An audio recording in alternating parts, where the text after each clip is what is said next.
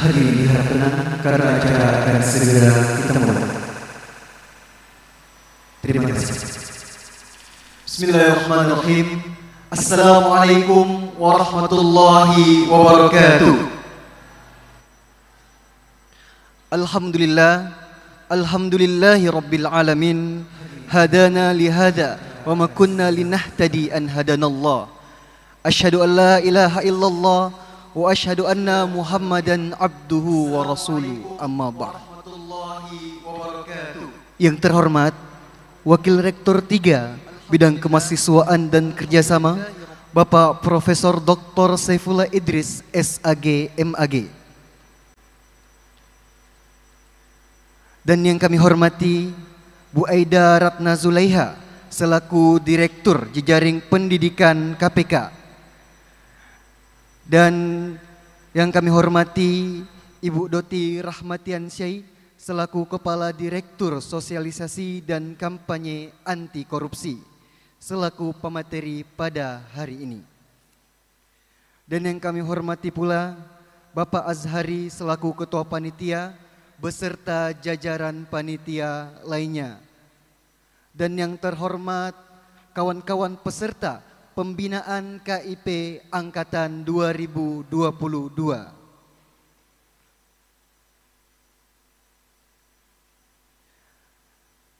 Baik kawan-kawan, demi kelancaran dan kesuksesan acara pada hari ini, mari kita awali dengan sama-sama membaca Al-Basmalah. Bismillahirrahmanirrahim.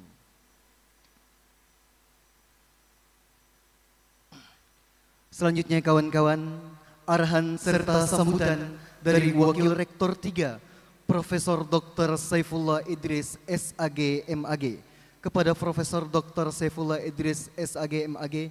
Waktu dan tempat disilakan.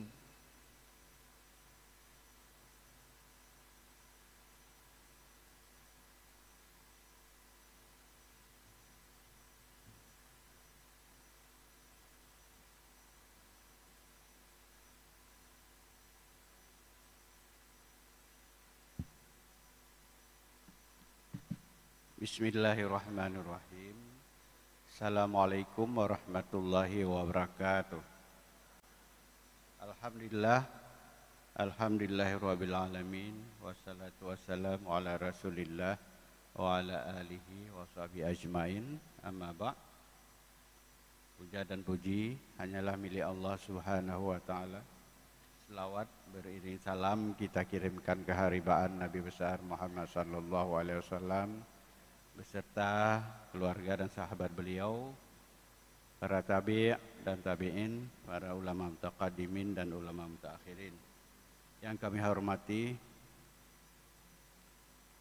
Bapak Karu AAKK Winaraniri, yang kami hormati Bapak Koordinator atau Ketua Panitia Kegiatan Kuliah Umum atau Pembinaan KIP Kuliah pada hari ini. Kemudian yang kami hormati Sub Koordinator Kemahasiswaan UIN Araniri. Wabil khusus selamat datang dan welcome, ahlan wa sahlan kepada para pemateri tamu kita. Selamat datang di UIN Araniri, utama sekali kepada Direktur Jejaring Pendidikan Ibu Aida Ratna Zulaiha dan Kepala Satuan Tugas Kampanye Anti Korupsi KPK Ibu Doti Rahmatiasih beserta Bapak Mas Agung Dewanto sebagai Kepala Satuan Tugas Pendidikan Anti Korupsi, kemudian Ibu Ulia Dewita sebagai Tim Direktorat Sosialisasi dan Kampanye Anti Korupsi KPK, dan kepada panitia semuanya dan juga kepada anak-anak kami dari mahasiswa penerima KIP kuliah hari ini yang telah berhadir, dan juga acara ini sekaligus beriringan dengan pembinaan penerima KIP kuliah tahun 2022. Alhamdulillah, kami sangat berterima kasih khususnya kepada Ibu Aida dan Ibu Doti dan jajarannya yang telah menyempatkan waktu, ya, dalam tanda kutip tanpa harus diundang dari kami, ya, untuk memberikan pencerahan kepada Sivitas Akademika UIN Araniri, wabil khusus lagi kepada anak-anak kami mahasiswa KIP kuliah. Dan kegiatan ini merupakan kegiatan yang sesungguhnya sangat kami nanti-nantikan, mengingat dalam tanda kutip, ya, KPK itu masih menjadi sesuatu yang tidak enak didengar mungkin dalam tanda kutip bagi sebagian orang, ya. Dan khususnya kami mengharapkan ide-ide pencerahan dari Komisi Pemberantasan Korupsi Indonesia ini menjadi cikal bakal bagi anak-anak kami nanti, mulai dari mempersiapkan dirinya dalam rangka menghadapi zaman teknologi yang hari ini, perkembangan teknologi yang hari ini mungkin sudah menuju 5.0, yang kemarin atau kemarin-kemarin itu masih 4.0, di mana pada zaman atau apa istilahnya di antara ujung 4.0 menuju ke 5.0 itu membutuhkan energi yang sangat luar biasa, membutuhkan talenta-talenta dan persiapan-persiapan yang sangat luar biasa, sebagaimana juga kita mengetahui zaman milenial atau era milenial ini era yang semuanya itu kadang-kadang tidak bisa dilihat, tapi itu hadir di hadapan kita, atau bahasa lain dunia maya, ya. Jadi sebagai dan juga berkenaan dengan bidang yang diemban oleh kedua pemateri kita, yaitu tentang jejaring dan juga kampanye anti korupsi ini sebagai sebuah gayung bersambut dalam rangka menghadapi zaman ini. 2022 kemarin mereka sudah semester 4 mungkin, atau semester 4, ya, menuju semester selanjutnya. Jadi sedini mungkin kita memfasilitasi, kita memberikan pencerahan kepada anak-anak kita ini, di mana zaman hari ini adalah zamannya networking dan juga zamannya kolaborasi. Kedua indikator dari zaman 4.0 itu ini merupakan harus banyak diisi oleh hal-hal yang berkenaan dengan apakah itu untuk mempertahankan diri dari berbagai, ya, apa istilahnya, dari berbagai kendala, dari berbagai anomali yang didapati dalam kehidupan itu, sehingga hari ini telah hadir, ya, kedua pemateri ini dalam rangka memberikan kuliah umum di UIN Araniri.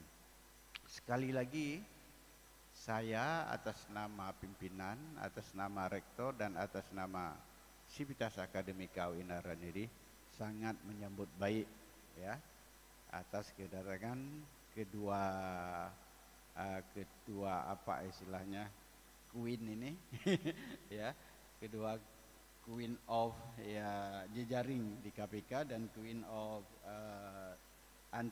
kampanye anti korupsi dari KPK. Semoga anak-anak kami nanti atau para mahasiswa yang KIP kuliah ini betul-betul mendengarkan, mencatat dan bertanya di mana ada hal-hal yang perlu ditanyakan, tidak perlu sungkan-sungkan nanti. Ibu-ibu ini insya Allah siap, ya, memberikan pencerahan, memberikan sosialisasi yang sangat intens wabil khusus tentang KPK ini.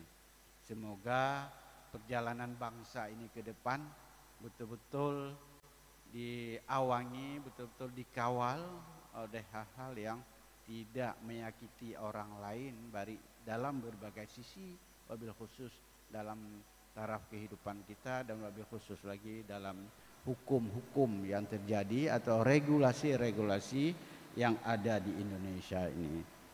Sekali lagi terima kasih yang tak terhingga dan selamat. Mungkin sebentar lagi memberikan materi kepada Ibu Aida dan Ibu Doti bersama kawan-kawannya, sehingga apa yang ada hari ini merupakan sebagai batu loncatan untuk kita mengarungi lautan regulasi yang sangat luar biasa dalam kehidupan berbangsa dan bernegara. Itu saja mungkin yang dapat kami sampaikan. Semoga kuliah umum ini bermanfaat bagi kita semua. Hadanallahu wa ikum jema'in. Assalamualaikum warahmatullahi wabarakatuh. Selanjutnya kepada Bapak Wakil Rektor 3 untuk tetap di tempat, dan kami mohon kepada Ibu Aida dan Ibu Doti untuk naik ke panggung demi penyerahan piagam sertifikat, yang mana Wakil Rektor 3 akan didampingi oleh Ketua Panitia dan Kepala Biro UKK. Waktu dan tempat disilahkan.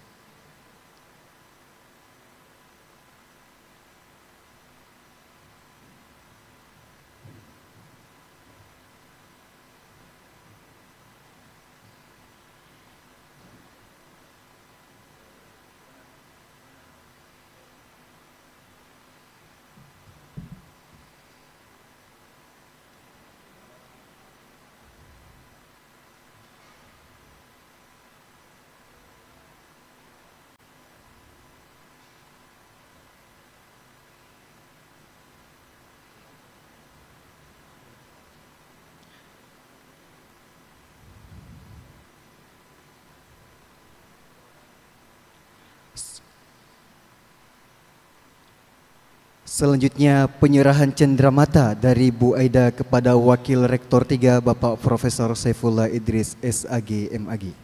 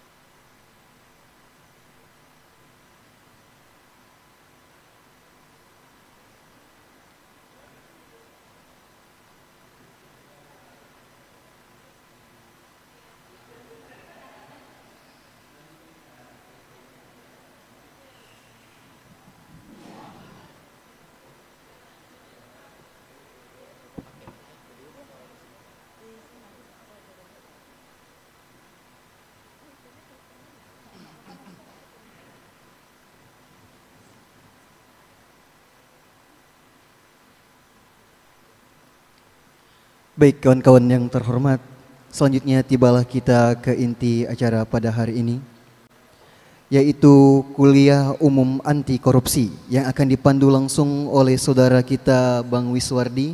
Maka dari itu waktu sepenuhnya kami serahkan kepada beliau. Kepada saudara Miswardi, waktu dan tempat disilahkan. Saya selaku MC pada hari ini mohon undur diri. Wassalamualaikum warahmatullahi wabarakatuh.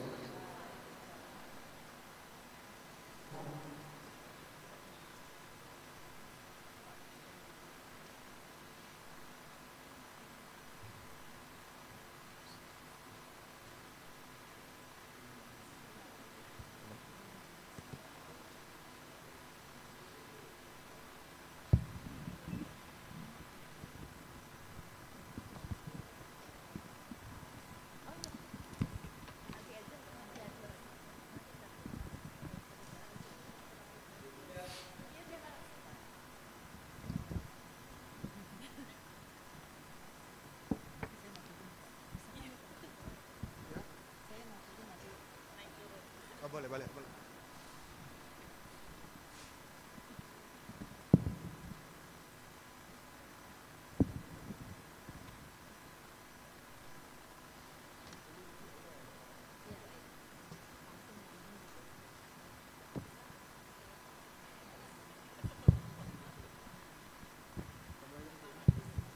Baik, bismillah. Assalamualaikum warahmatullahi wabarakatuh.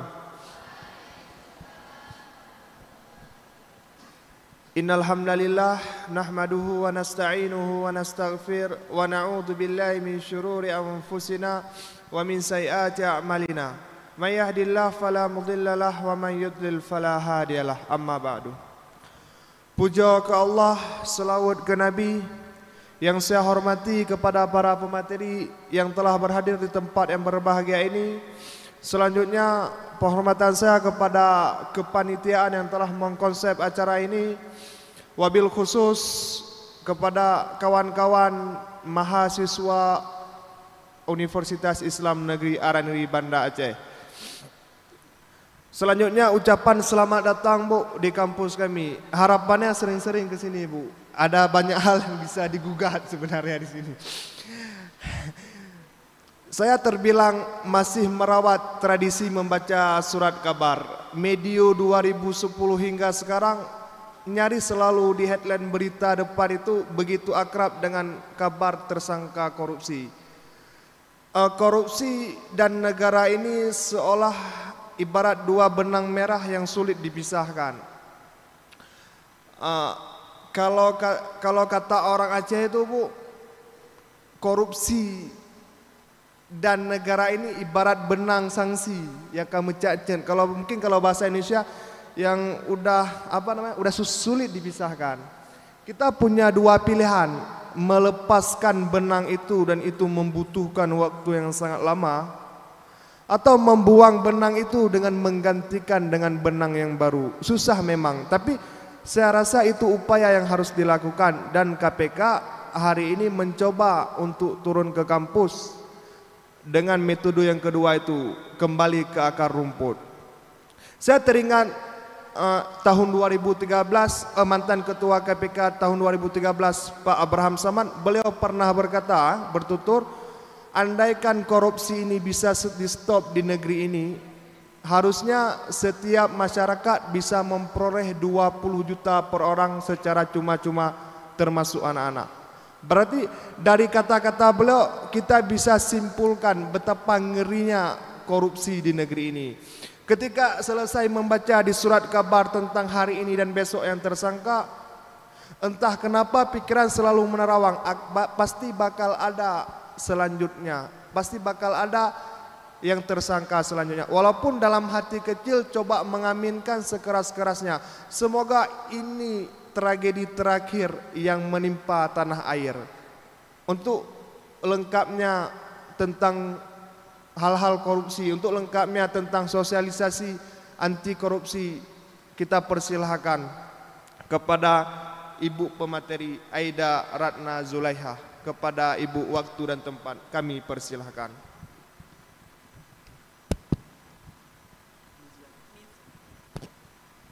Terima kasih Mas Miswardi. Saya berdiri ya teman-teman.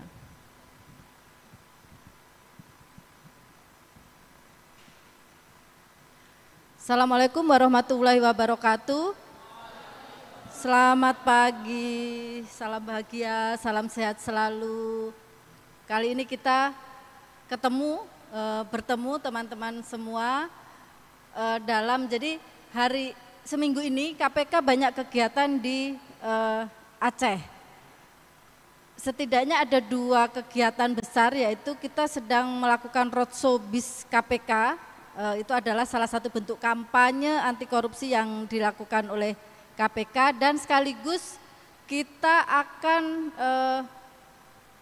akan memulai peringatan Hari Anti Korupsi Sedunia Hakordia yang dimulai di Aceh. Jadi di minggu ini ada 2 rangkaian besar kegiatan. Nah, jadi dalam seminggu ini kita banyak melakukan kampanye dan pendidikan anti korupsi baik di mahasiswa, pelajar, ASN juga, dan ke masyarakat secara luas.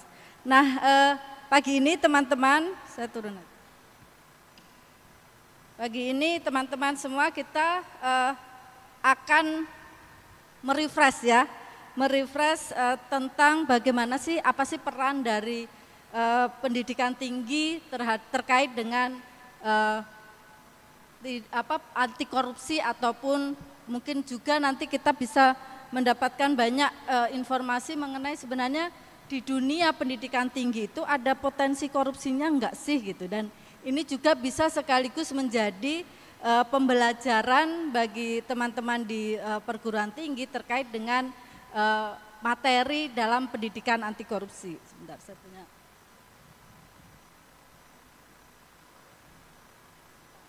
Oke, saya mulai dengan, nah ini adalah tema kita ya.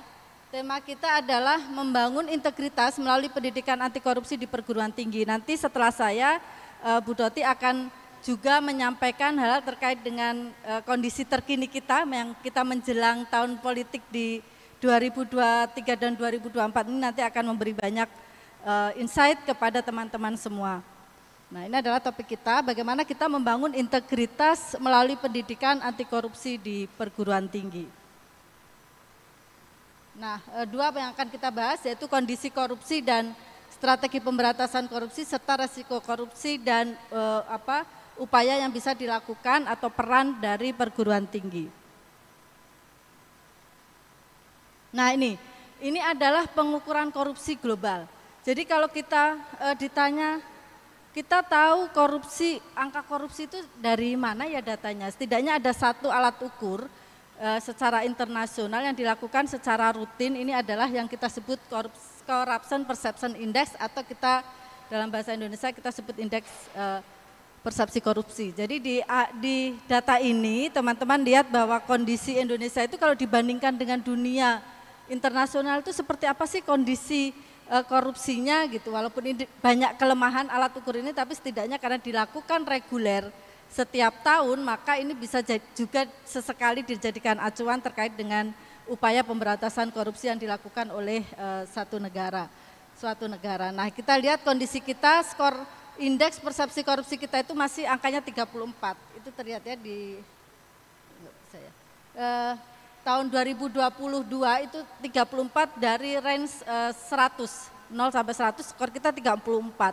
Angka kita itu hampir sama kalau kita bisa disejajarkan dengan negara mana, seperti negara di ASEAN itu ada Filipina dan Thailand.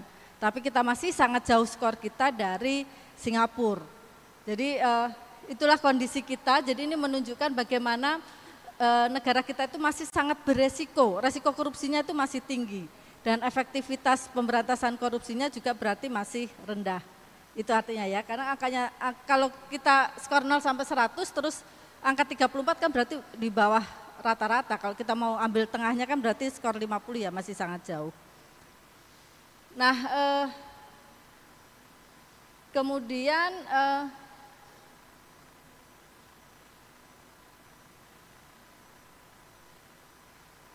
nah ini juga statistik tindak pidana korupsi yang sekarang terjadi ya. Jadi ini data di KPK. KPK itu memiliki data terkait dengan tindak pidana korupsi yang sudah ditangani, sudah inkrah gitu ya. Kita punya data bahwa sejak KPK berdiri hingga saat ini kita lihat bahwa kasus korupsi yang ditangani KPK itu sebagian besar masih di sektor gratifikasi atau penyuapan ya. Kemudian di pengadaan barang dan jasa, itu adalah modus korupsi yang banyak ditangani oleh KPK. Modus lain banyak di situ, ada juga yang terkait dengan TPPU, sudah mulai ada ya TPPU, kemudian di perizinan, penyalahgunaan anggaran. Jadi itu itu adalah kasus-kasus yang ditangani KPK selama ini. Di situ juga terlihat bahwa siapa saja yang sudah pernah dijerat oleh KPK dalam perkara tindak pidana korupsi, mulai dari legislatif, di situ terlihat eksekutif, semuanya cukup lengkap. Dan di beberapa tahun terakhir teman-teman, KPK juga sudah mulai banyak menjerat pelaku korupsi di sektor swasta. Jadi sektor swasta yang terkait atau yang berafiliasi atau bukan berafiliasi, istilahnya yang terlibat dalam tindak pidana korupsi yang dilakukan oleh penyelenggara negara itu juga dijerat oleh KPK. Jadi gambarannya seperti itu.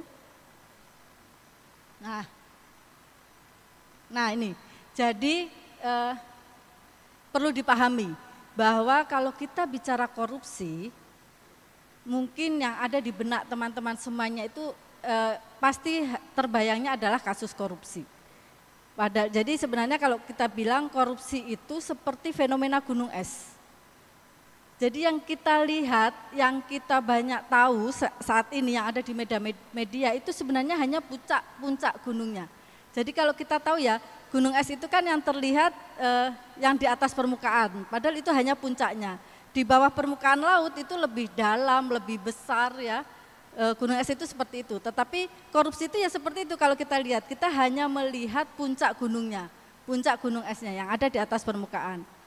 Siapa itu? Korupsi seperti apa yang ada di sana? Itu adalah korupsi-korupsi atau kasus korupsi yang umumnya itu justru yang korupsi kecil-kecilan, yang petty corruption, korupsi di layanan publik, pelayanan KTP misalnya, urus tilang, urus akte kelahiran, yang korupsinya itu dalam bentuk pemerasan atau suap.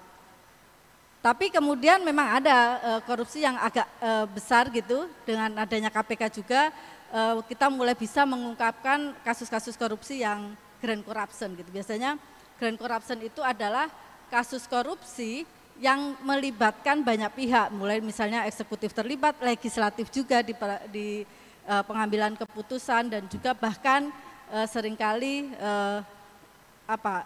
penegakan hukumnya pun juga bisa terlibat. Nah itu grand corruption. Kerugian negaranya juga jauh lebih besar daripada petty corruption. Kejaksaan juga kita lihat selama ini sudah mulai banyak juga melakukan penanganan perkara di grand corruption. Nah ini sekarang kemudian itu terlihat gitu, yang tadi petty corruption dan sebagian grand corruption itu bisa terungkap, korupsi yang terungkap itu bisa terungkap sehingga dia terlihat di atas permukaan laut. Tetapi justru yang mengkhawatirkan atau yang harus menjadi perhatian kita itu yang tidak terlihat di bawah. Itu apa saja? Sebagian besar grand corruption, hampir keseluruhan political corruption.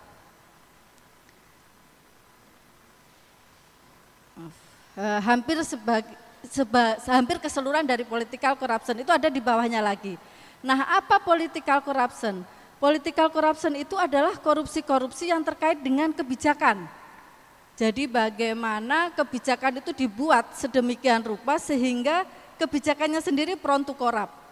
Pada saat kebijakannya prone to corrupt dan nanti kita terjadi tindak pidana korupsi di kemudian hari, maka kita akan kesulitan untuk mengungkapkan itu. Bagaimana kita bisa mengungkapkan korupsi, padahal kalau kita mengungkapkan korupsi itu dasarnya adalah kebijakan. Sementara kebijakannya mengizinkan untuk melakukan korupsi, jadi itu kan akan sulit untuk korupsinya terungkap. Nah tapi di luar tadi ya, jadi di luar petty corruption, grand corruption dan political corruption, ada yang perlu kita waspadai dan juga harus kita lakukan upaya-upaya yang lebih besar, yaitu perilaku koruptif. Nah ini yang mungkin sudah menjadi hal yang nggak terlalu menjadi perhatian kita. Corruptive behavior itu sangat terkait dengan kepembiasaan sehari-hari, sangat terkait dengan nilai-nilai yang ditanamkan di diri kita. Oleh karenanya corruptive behavior ini kalau tidak dikelola, kebiasaan berperilaku koruptif kalau tidak dikelola, suatu waktu pasti nanti kita akan berada pada situasi atau berpotensi untuk kemudian menjadi pelaku korupsi. Nah ini, oleh karenanya kemudian berdasarkan kondisi bahwa korupsi itu seperti fenomena gunung es, KPK juga kemudian harus melakukan upaya-upaya yang bisa mengatasi atau menyelesaikan masalah ini. Jadi masalah korupsi sebagai fenomena gunung es itu harus menjadi bagian dari strategi pemberantasan korupsi. Nah ini, oleh karenanya dengan Undang-Undang 19 tahun 2019, Undang-Undang KPK yang baru, strategi pemberantasan korupsi yang dilakukan oleh KPK itu kita memiliki yang kita sebut 3 strategi. Yang pertama adalah strategi pendidikan. Jadi tadi kalau kita bicara tentang corruptive behavior, yang harus kita lakukan yang paling bisa mengatasi adalah pendidikan. Bagaimana nilai-nilai anti korupsi itu ditanamkan sejak dini. Bagaimana kemudian di strategi pendidikan ini kita menanamkan nilai supaya orang menjadi tidak mau korupsi. Nilai-nilai anti korupsi, nilai-nilai integritas itu ditanamkan dengan tujuan orang menjadi tidak mau korupsi pada saat suatu waktu nanti mereka dihadapkan pada situasi yang korup. Jadi ini karena sudah terinternalisasi anti korupsi pada dirinya pada saat nanti yang bersangkutan misalnya menjabat atau memiliki wewenang pada saat sudah bekerja gitu, mereka akan terlindungi gitu dari situasi yang korup tersebut karena sudah merasa bahwa saya tidak mau korupsi karena nilai saya sudah memiliki nilai yang kuat sehingga tidak tergoda untuk melakukan korupsi walaupun kondisi lingkungannya memungkinkan itu. Nah, itu strategi pendidikan. Kemudian berikutnya adalah strategi pencegahan. Strategi pencegahan ini dilakukan untuk dalam rangka sistem perbaikan terhadap sistem-sistem yang ada. Jadi sistem yang ada itu diperbaiki dengan berbagai upaya supaya potensi korupsi itu jadi terminimalisir. Dengan sistem yang baik kita tujuannya adalah supaya kemudian orang menjadi tidak bisa korupsi. Kalau sistem yang baik, tidak ada celah korupsi di dalamnya, maka orang yang sebenarnya punya niat untuk melakukan korupsi karena sistemnya tidak mendukung itu atau sistemnya memang susah ditembus, maka kemudian orang menjadi tidak bisa korupsi. Jadi tadi ya 2 strategi. Strategi pertama tidak mau korupsi melalui pendidikan, strategi yang kedua tidak bisa korupsi melalui pencegahan. Nah, kemudian satu strategi lagi, strategi pemungkas kita, jika 2 strategi yang dilakukan ini kemudian tetap membuat orang masih ada yang melakukan korupsi, maka kita kemudian melakukan strategi penindakan. Strategi penindakan itu dilakukan dalam bentuk kita melakukan penanganan perkara korupsi, mulai dari penyelidikan, penyidikan, penuntutan hingga eksekusi ya. Kemudian tujuannya apa? Tujuannya adalah supaya memberikan efek jera kepada para pelaku korupsinya, sekaligus menimbulkan rasa takut orang untuk melakukan korupsi karena tahu kalau melakukan korupsi itu ditindak, ada upaya penindakan yang menjerakan. Dalam hal ini mungkin hukuman badan dan seterusnya. Jadi itu 3 strategi kita dalam pemberantasan korupsi adalah strategi pendidikan supaya dalam bentuk penanaman nilai supaya orang tidak mau korupsi atau tidak ingin korupsi, kemudian strategi pencegahan dalam bentuk perbaikan sistem supaya orang tidak bisa korupsi, dan strategi penindakan dalam rangka memberikan efek jera para pelaku korupsi sehingga orang lain kemudian menjadi takut untuk melakukan korupsi.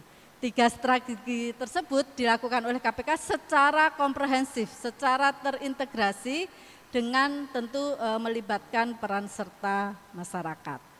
Jadi itu gambaran bagaimana kita nanti melakukan pemberantasan korupsi.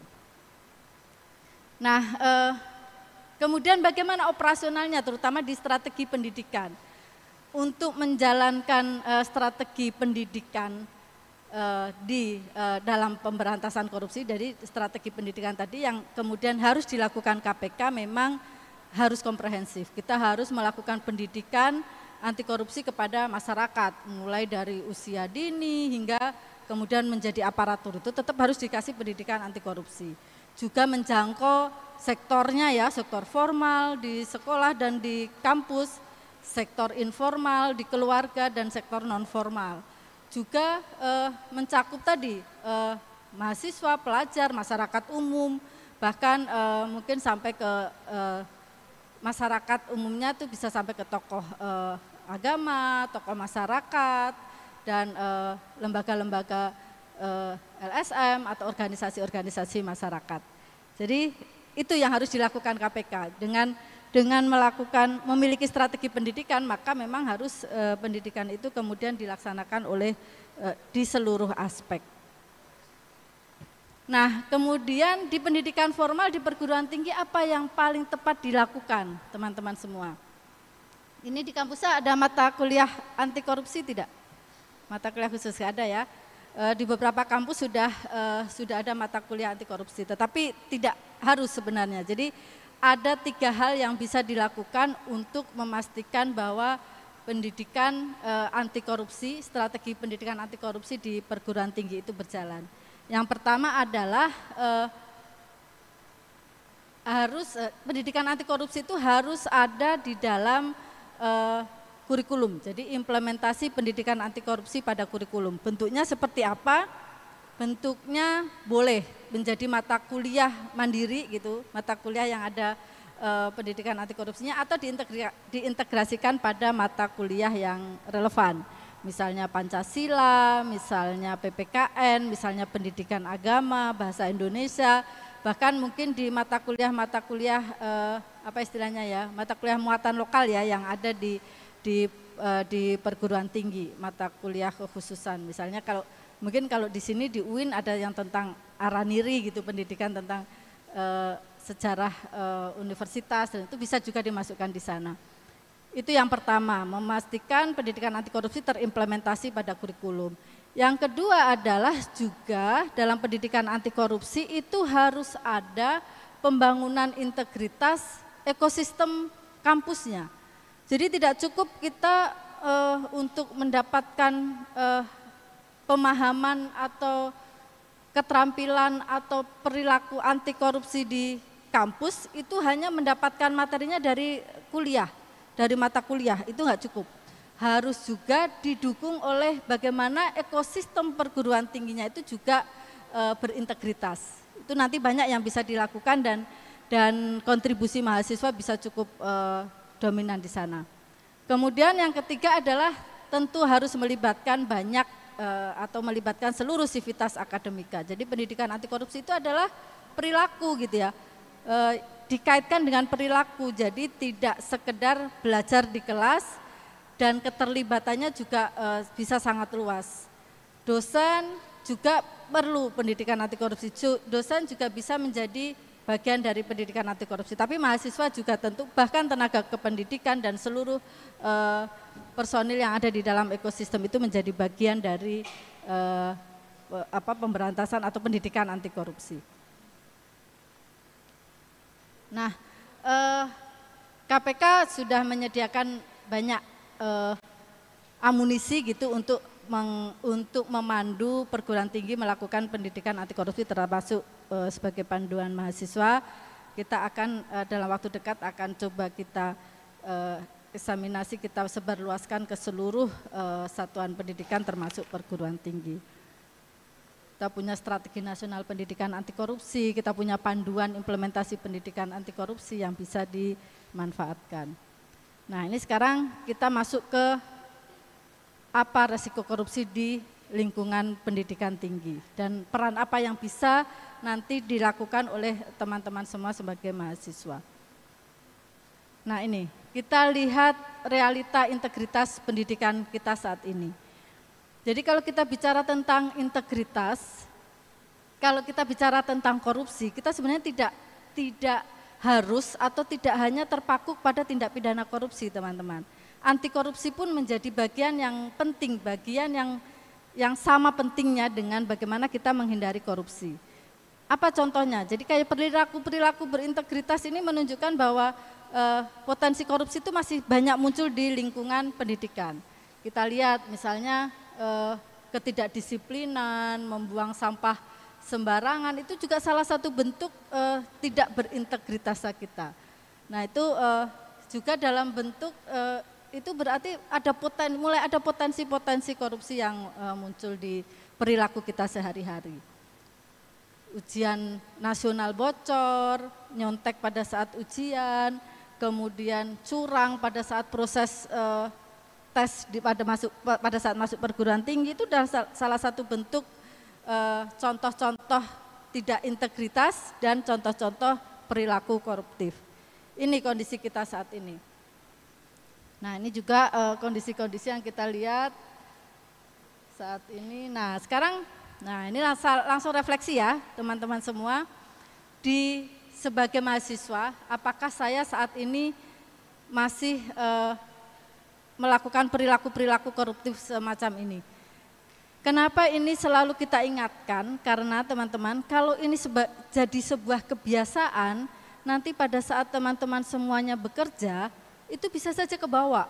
Bukan bisa saja, seringkali memang kebawa. Perilaku-perilaku kita di usia yang lebih muda itu akan selalu kebawa sampai kita nanti suatu waktu berada di posisi yang yang memiliki wewenang misalnya, yang memiliki tanggung jawab yang lebih. Nah, ini kita saling introspeksi. Kira-kira apakah masih ada ya di sini para mahasiswa yang membuat misalnya melakukan kegiatan, mengumpulkan dana, kemudian menyusun proposal. Nah, proposalnya ternyata palsu gitu, atau proposalnya bermasalah dan tidak sesuai dengan kebutuhan yang sebenarnya gitu. Hanya demi untuk mendapatkan anggaran tertentu misalnya seperti itu. Kemudian gratifikasi.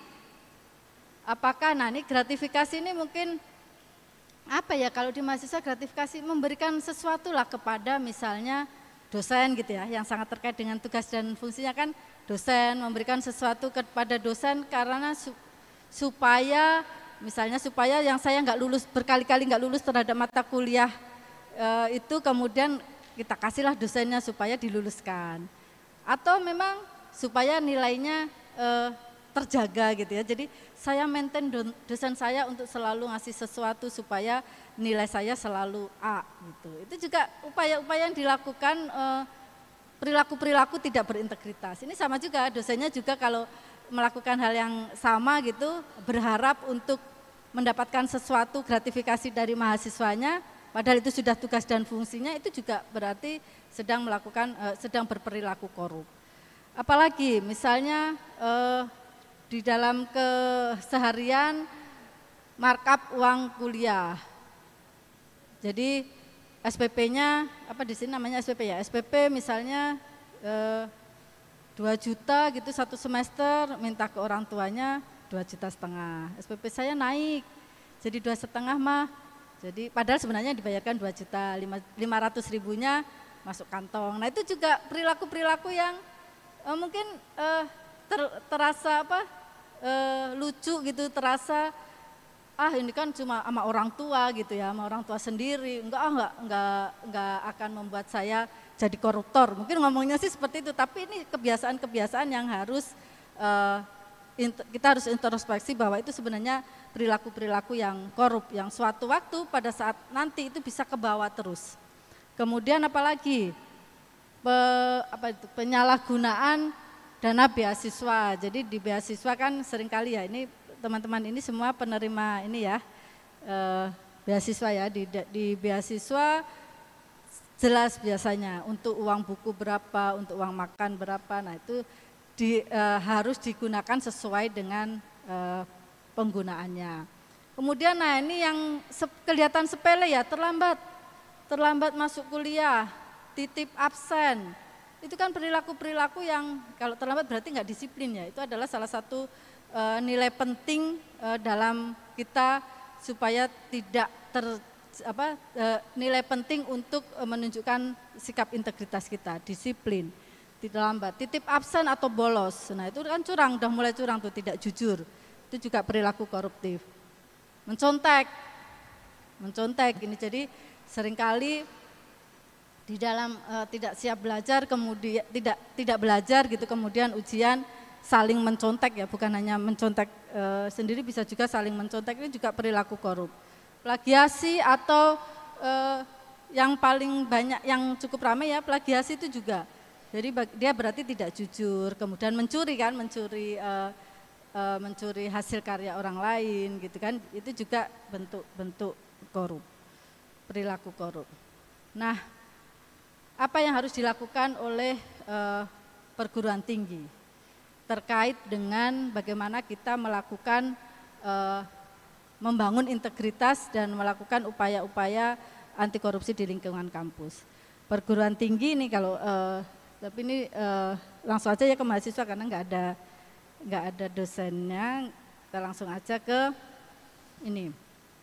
Jadi tadi yang pertama kan strategi pendidikan anti korupsi di perguruan tinggi adalah ada dalam kurikulum, bisa diintegrasikan pada mata kuliah yang relevan atau di mata kuliah mandiri. Lalu kontennya apa? Konten pendidikan anti korupsi dalam pembelajaran itu banyak yang bisa nanti menjadi bagian dari pemahaman teman-teman. Mulai tentu kalau ada di fakultas hukum misalnya, pasti yang dibahas terkait dengan pendidikan anti korupsi adalah tentang definisi korupsi di dalam peraturan perundang-undangan. Jadi di sana ada di Undang-Undang KPK nomor 19 tahun 2019, Undang-Undang KPK nomor 31 tahun 99, Junto nomor 20 tahun 2001. Di sana disebut apa saja sih yang termasuk korupsi, ada definisinya.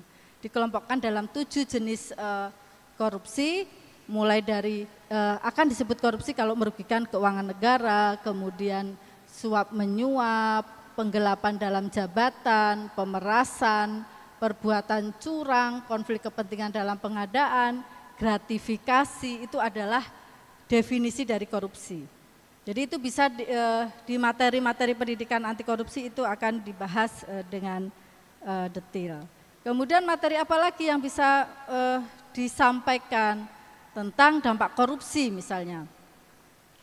Karena sebenarnya korupsi itu dampaknya sangat luas. Kemiskinan, kemudian kerusakan alam itu juga sebagai bagian dari dampak korupsi. Jadi kita lihat bahwa sebenarnya ini juga bagian pembelajaran yang penting di level perguruan tinggi. Di UNCIC juga sudah mendefinisikan dampak korupsi itu dengan lebih detail lagi di sana. Kita lihat bahwa korupsi disebut bisa merusak pasar, harga dan persaingan usaha yang sehat, itu bisa menjadi materi kuliah pendidikan anti korupsi. Juga meruntuhkan hukum, ya, meruntuhkan hukum, menurunkan kualitas hidup, merusak proses demokrasi. Jadi kita lihat ternyata korupsi itu kalau terjadi di proses demokrasi, di proses pemilu, pilkada, di proses pemilihan legislatif, itu bisa dampaknya itu sangat luas gitu. Jadi korupsi yang ada di dunia politik itu menjadi jual beli gitu. Jadi kalau dia sudah melakukan korupsi di awal mereka sebelum dipilih menjadi kepala daerah, misalnya korupsinya dalam bentuk atau perilaku koruptif, ya misalnya kan kalau pilkada itu anggarannya biayanya sangat besar, mereka minta bantuan sponsor misalnya.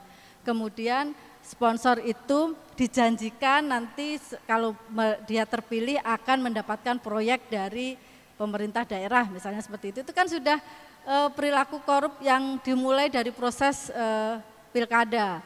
Kemudian di sana nanti setelah terpilih setelah terpilih orang-orang yang waktu itu mendanai program pilkadanya akan dia beri proyek-proyek yang harusnya proyek tersebut dilakukan melalui tender, tetapi sudah direkayasa oleh kepala daerah ini karena dalam rangka balas jasa waktu proses pilkada sebelumnya. Nah ini merusakkan bagaimana kemudian korupsi yang dilakukan di sektor politik itu merusak demokrasi. Banyak lagi pelanggaran hak HAM, kemudian juga menyebabkan kejahatan lain berkembang. Itu dampak korupsi, ini bisa diajarkan di materi pendidikan anti korupsi. Apalagi penyebab korupsi juga bisa jadi materi yang cukup menarik karena ternyata fraud atau kecurangan dengan korupsi itu sesuatu yang bisa berhimpit gitu ya. Jadi biasanya yang menjadi faktor penyebab fraud itu juga jadi faktor penyebab korupsi. Dan teorinya itu kita juga bisa bahas banyak teori, teorinya terus berkembang. Dari yang mulai penyebab korupsi itu hanya disebabkan oleh 3 hal, kita sebut fraud triangle, itu dari kapabilitas, disebabkan oleh tekanan, opportunity dan rasionalisasi. Kemudian teori itu terus berkembang menjadi teori diamond fraud, menambahkan capability ya di dalamnya, dan yang terakhir di tahun 2010 ada teori Pentagon fraud, itu menambahkan arogansi di sana. Jadi korupsi itu bisa disebabkan oleh tekanan dari internal, baik dari diri sendiri maupun di internal lingkup mereka, maupun eksternal. Eksternal itu adalah faktor lain. Jadi kalau misalnya menteri gitu ya, menteri yang berasal dari parpol, dia itu pasti dapat tekanan juga dari eksternalnya, itu dari partai politik yang menjadikan dia sebagai menteri. Contohnya seperti itu, jadi tekanan. Kemudian ada kesempatan, sistemnya lemah sehingga orang kemudian memiliki peluang untuk melakukan korupsi. Kemudian rasionalisasi, seringkali kita memang pada saat melakukan korupsi itu ada rasionalisasi yang dibuat. Misalnya ini yang korupsi kecil-kecilan, yang petty corruption, seorang petugas atau pegawai negeri gitu ya, selama ini sering melayani masyarakat gitu ya, di garis paling depan gitu ya, di layanan publik paling depan, misalnya yang biasa melayani pengurusan KTP, kemudian dia melihat gitu, saya kok segini-segini saja ya, sementara orang yang jabatannya sama dengan saya kok sudah punya mobil baru dan seterusnya. Jadi dia melakukan rasionalisasi. Oh ya, saya nggak apa-apalah ngambil sedikit, toh tidak membuat orang tidak membuat orang yang ngasih itu jadi bangkrut, jadi rugi gitu, karena dia cuma sedikit aja. Jadi rasionalisasi tersebut kemudian bisa mendorong orang mengambil keputusan untuk melakukan korupsi.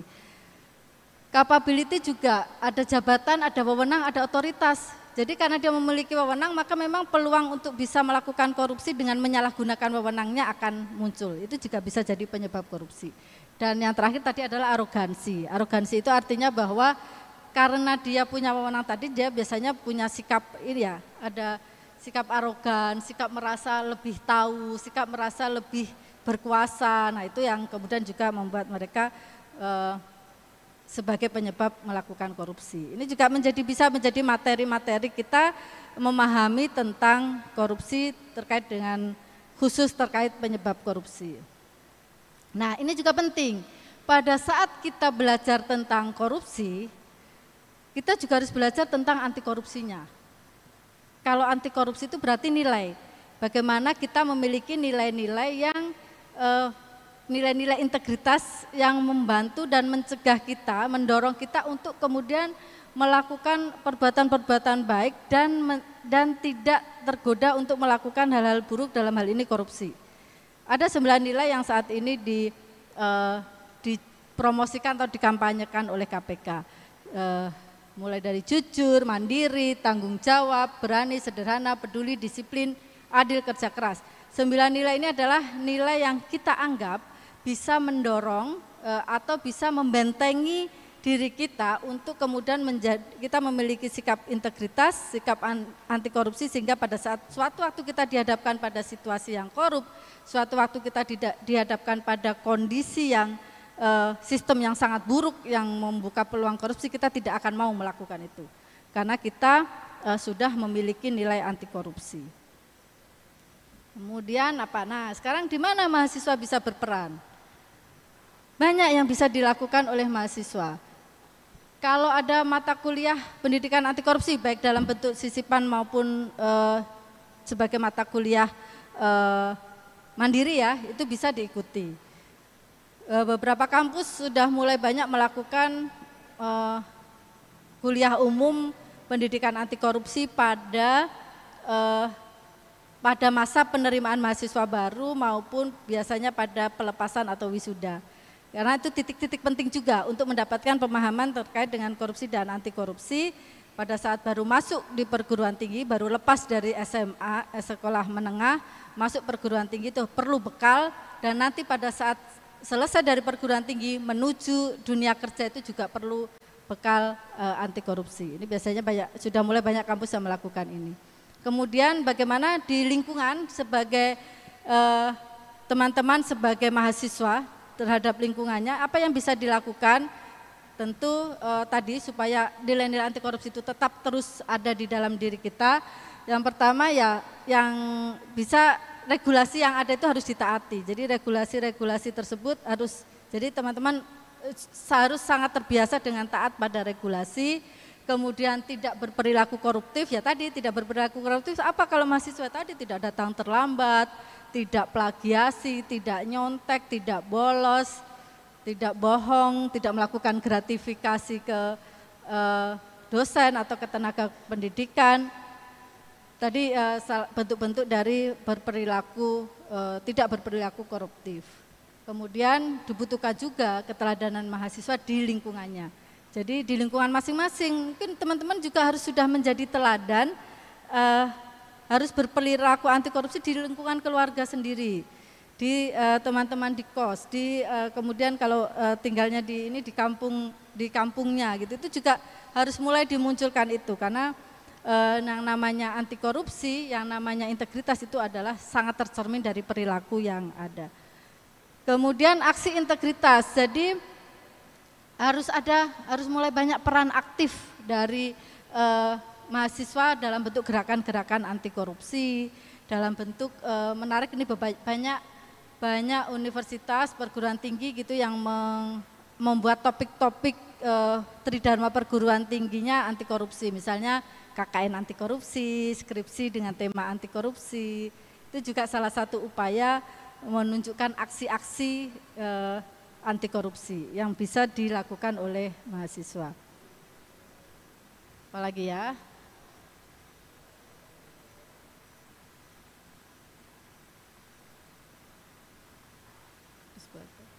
Nah, ini tadi ya, mahasiswa bisa disesuaikan dengan perannya di situ, di tridharma perguruan tinggi, di pembelajaran bisa, di pengabdian masyarakat bisa, di penelitiannya juga bisa berperan. Kemudian, nah ini juga bahwa di ekosistem, penguatan integritas ekosistem bisa juga berperan para mahasiswa. Apa yang bisa dilakukan? Mulai tadi tidak mencontek, tidak plagiat, tidak ada joki tugas. Wah itu kalau sudah dari mahasiswa melakukan itu nanti itu akan ke bawah terus sampai ke nggak mau susah kan itu berarti. Kemudian markup anggaran kegiatan, tidak melakukan kegiatan fiktif, tidak disiplin, tidak melakukan harus disiplin ya, tidak terlambat tadi ya, kedisiplinan, kehadiran di kelas, kepedulian lingkungan belajar, dan banyak yang bisa dilakukan yang menunjukkan bahwa teman-teman mahasiswa ini ikut membangun ekosistem pendidikan di lingkungannya menjadi ekosistem yang berintegritas. Nah, aksinya apa? Aksi-aksi integritas oleh mahasiswa banyak yang bisa dilakukan, kampanye, festival integritas. Jadi kalau KPK itu setiap tahun atau 2 tahun sekali itu selalu mengadakan festival kampus integrity festival. Itu pesertanya mahasiswa berkelompok, bisa 3-5 orang gitu berkelompok, kemudian menyampaikan ide-ide anti korupsi di lingkungan kampus, dan itu nanti diseleksi oleh KPK, yang lolos seleksi akan dibiayai programnya sampai menghasilkan output. Lumayan, nanti hadiahnya juga dapat hadiah dari KPK, kemudian hasilnya nanti akan menjadi bahan media KPK untuk banyak melakukan program-program pendidikan anti korupsi dan juga disebarluaskan ke kampus lain gitu. Jadi kita tayangkan di YouTube, kita masukkan di dalam webnya KPK, sehingga itu akan menyebar, kita akan sekaligus membawa menunjukkan bahwa itu adalah peran dari teman-teman mahasiswa. Apalagi selain itu, nah komunitas anti korupsi di lingkungan mahasiswa banyak ya, bisa ada banyak sudah kampus yang memiliki tim-tim atau kelompok-kelompok anti korupsi. Ada ini di Universitas Udayana ada Korps Mahasiswa Anti Korupsi misalnya kayak gitu. Jadi di kampus bisa dilakukan itu dan melakukan kegiatan-kegiatan positif, kegiatan-kegiatan yang terkait dengan anti korupsi atau pengawasan atau pemantauan terhadap tindak pidana korupsi misalnya seperti itu. Kemudian juga menarik kalau banyak melakukan kegiatan observasi, kajian, nulis-nulis gitu yang terkait dengan anti korupsi. Nah, mungkin itu dari saya, nanti akan ada lanjutan dari Bu Doti terkait dengan topik yang mulai panas nih di tahun ini dan tahun depan tentang politik uang, yang ada kemungkinan karena kita masuk tahun politik uang ini menjadi topik yang perlu untuk dipahami sekaligus kita membutuhkan peran serta mahasiswa untuk kemudian terlibat dalam menghindari politik uang ini. Dan teman-teman mahasiswa juga nanti akan, mungkin yang di sini semuanya jadi pemilih pemula, pemilih pertama, dan itu sangat relevan dengan nanti apa yang disampaikan. Silahkan Bu Doti untuk melanjutkan. Terima kasih banyak, nanti kita tanya jawabnya di sesi setelah Bu Doti ya. Karena kalau nggak salah nanti di sesi tanya jawab, kemudian ada juga di bagian akhir itu ada kuis nanti, yang mungkin akan dapat hadiah pemenangnya. Terima kasih. Assalamualaikum warahmatullahi wabarakatuh. Lanjut Bu Doti ya. Terima kasih Bu Aida. Assalamualaikum warahmatullahi wabarakatuh. Semangat pagi. Kalau saya bilang semangat pagi, jawabnya pagi. Jadi kalau di KPK kita walaupun acaranya pagi, siang, sore, malam, semangatnya harus tetap pagi ya. Semangat pagi. Oke, luar biasa. Terima kasih rekan-rekan. Sebelumnya perkenalkan, nama saya Doti Rahmatiasi. Rekan-rekan bisa panggil saya dengan Kak Doti, Mbak Doti, Bu Doti juga boleh. Saya bertugas di Direktorat Sosialisasi dan Kampanye Anti Korupsi di KPK. Senang sekali pada pagi hari ini bisa bertemu dengan rekan-rekan mahasiswa. Jadi buat saya pribadi seperti recharge energi gitu ya. Mudah-mudahan apa yang saya dan Bu Aida bagikan pada pagi hari ini bisa bermanfaat untuk rekan-rekan. Di sini dari berbagai fakultas, ada dari FISIP, di sini apa? Humaniora ya. Kalau ilmu sosial, ilmu politik ada? Oke, FISIP ya. Di sini ada, ya. Dari Fakultas Hukum ada? Ada, oke, banyak ya. Nah, tadi Bu Aida sudah menjelaskan berkaitan dengan korupsi secara umum. Sekarang saya mau masuk ke isu yang lebih spesifik, yaitu kampanye atau edukasi untuk rekan-rekan mahasiswa khususnya terkait dengan menjelang tahun politik. Bagaimana kita bisa menghindari yang namanya politik uang dan apa sih kaitannya antara korupsi di sektor politik dengan kesejahteraan masyarakat dan lain sebagainya.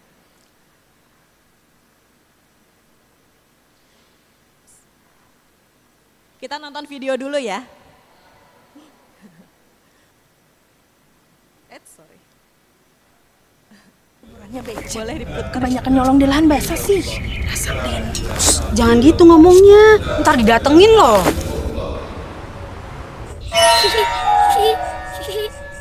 Assalamualaikum semuanya. Ternyata saya tidak sendiri di sini. Kami mati karena kamu. Dasar binatang. Jalanannya kamu korupsi. Bikin saya. Gak usah sok kaget. Mana janjimu dulu? 100.000 kamu bikin kita nunggu jadwal neraka. Dana bantuan diambil. Jalanan murah bikin celaka. Sogok sana, sogok sini.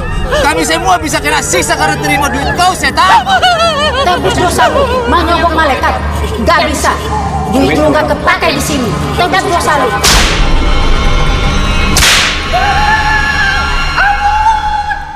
Oke, jadi ya itu ya salah satu iklan layanan masyarakat yang kita buat untuk mengedukasi tentang politik uang ini. Nah rekan-rekan saya mau mengajak rekan-rekan semua untuk memahami ya saat ini mungkin ada yang udah pernah lihat di daerahnya saat ini sudah ada mulai banyak yang bagi-bagi sembako gratis atau bagi-bagi amplop atau ada? Banyak? Yang dibagi apa? Uang. Oke, ada lagi? Beras, minyak, sembako ya. Ya, udah mulai marak ya. Jadi menyambut tahun politik kita akan menghadapi pemilu serentak teman-teman dan politik uang itu kelihatannya kecil, sepele, 100.000, 50.000 atau cuma minyak gitu. Tetapi ternyata ini berdampak besar terhadap terhadap demokrasi di Indonesia dan ini ternyata hal yang sepele yang kelihatan sepele ini bisa mendorong terjadinya tindak pidana korupsi. Gimana nanti kaitannya ya?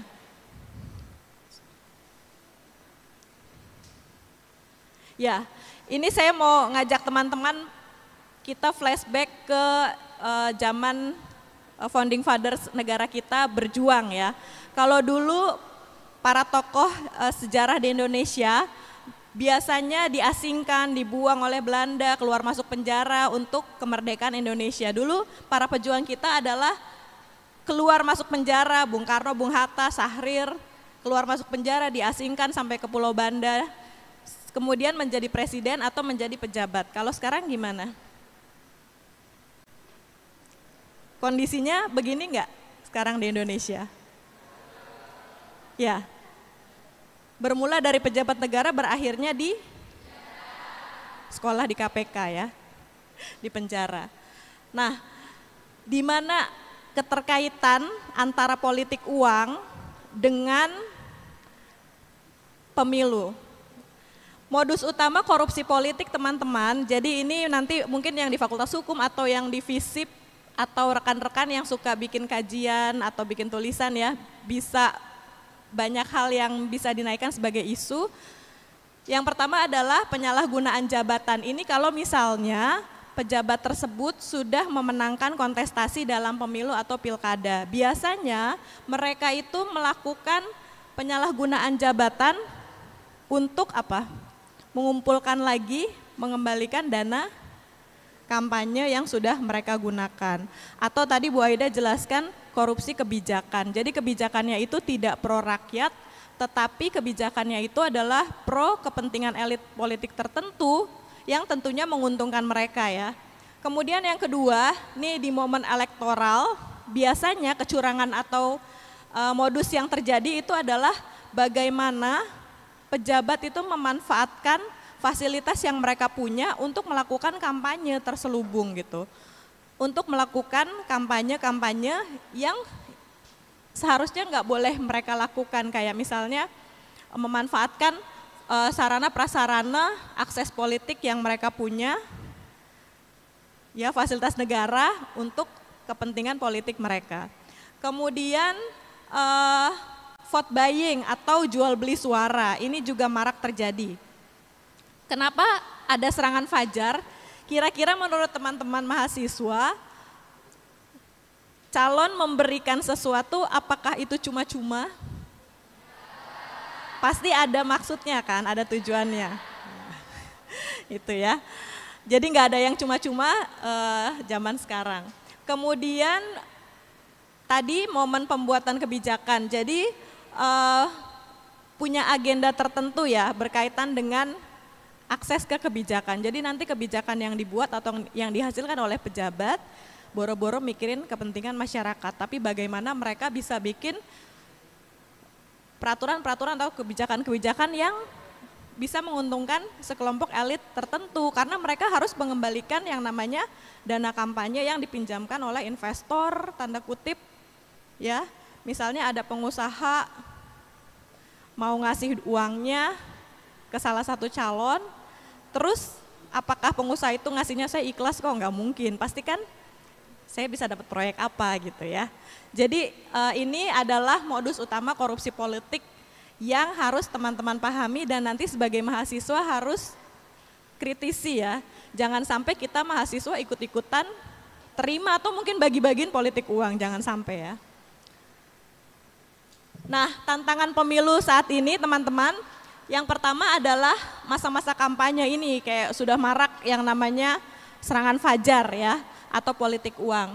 Kemudian yang juga di negara kita masih jadi pro dan kontra adalah pencalonan ex napi koruptor. Ini juga masih kita masih terus menunggu aturan atau kebijakan berkaitan dengan bagaimana supaya napi koruptor itu ya udah dicabut aja hak politiknya untuk mencalonkan atau juga memilih gitu. Kemudian post-truth era, di mana era-era sekarang ya, mana sih yang harus kita, informasi mana yang harus kita percaya, banyak beredar informasi hoax juga. Kemudian politik transaksional, ini tadi, mungkin kalau teman-teman di FISIP jurusan politik biasa dengar klientelisme, perkawinan antara sektor politik ya dengan usaha gitu. Jadi sifatnya politiknya itu transaksional. Ya, nanti berkaitan dengan kebijakan-kebijakan yang akan dibuat. Kemudian mentalitas siap menang tapi nggak siap kalah. Jadi pada pemilu 2019 setelah pemilu atau pilkada itu banyak berita kalau misalnya calon-calon yang kalah itu atau masuk kemana kira-kira? Masuk ke rumah sakit jiwa karena udah habis tanahnya dijual, sudah habis rumahnya dijual, keluarganya ambiar, berantakan, istrinya minta cerai gitu ya karena uang sudah habis, tapi ternyata kalah yaitu karena tadi untuk bayar mahar politik, untuk bayar atau sebar-sebar serangan fajar dan lain sebagainya. Nah, ternyata ini dari hasil kajian di KPK berkaitan dengan pendanaan pilkada, ternyata memang kenapa sih di negara kita atau di masyarakat kita masih sangat permisif dengan yang namanya serangan fajar atau politik uang. Dari hasil survei ini terlihat ternyata modal finansial itu masih menjadi faktor yang menurut masyarakat atau menurut persepsi masyarakat itu adalah hal yang penting. Jadi masyarakat itu cenderung untuk percaya atau memilih kepada calon yang punya modal finansial yang kuat. Walaupun kita nggak tahu sumber uangnya dari mana ya. Jadi teman-teman sebagai mahasiswa harus mulai kritis, ini calon siapa? Sumber dananya dari mana gitu. Atau misalnya kalau misalnya ada calon yang punya integritas yang baik tapi fakir miskin, maksudnya fakir miskin berarti nggak punya modal finansial yang kuat tapi dia punya modal sosial yang kuat, artinya dia memang di masyarakat itu banyak kontribusinya yang secara positif, ya ternyata modal sosial itu menjadi peringkat yang berikutnya dibanding modal finansial. Jadi masyarakat kita masih memang menganggap bahwa finansial itu menjadi penting. Kemudian yang berikutnya,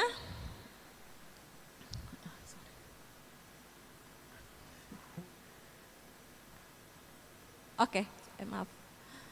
Nah, kemudian berdasarkan hasil kajian dari Visipol UGM dan juga LIPI ya, bahwa memang terbukti di Indonesia saat pemilu periode yang lalu, terbukti bahwa ada masyarakat atau masyarakat membenarkan adanya yang namanya politik uang.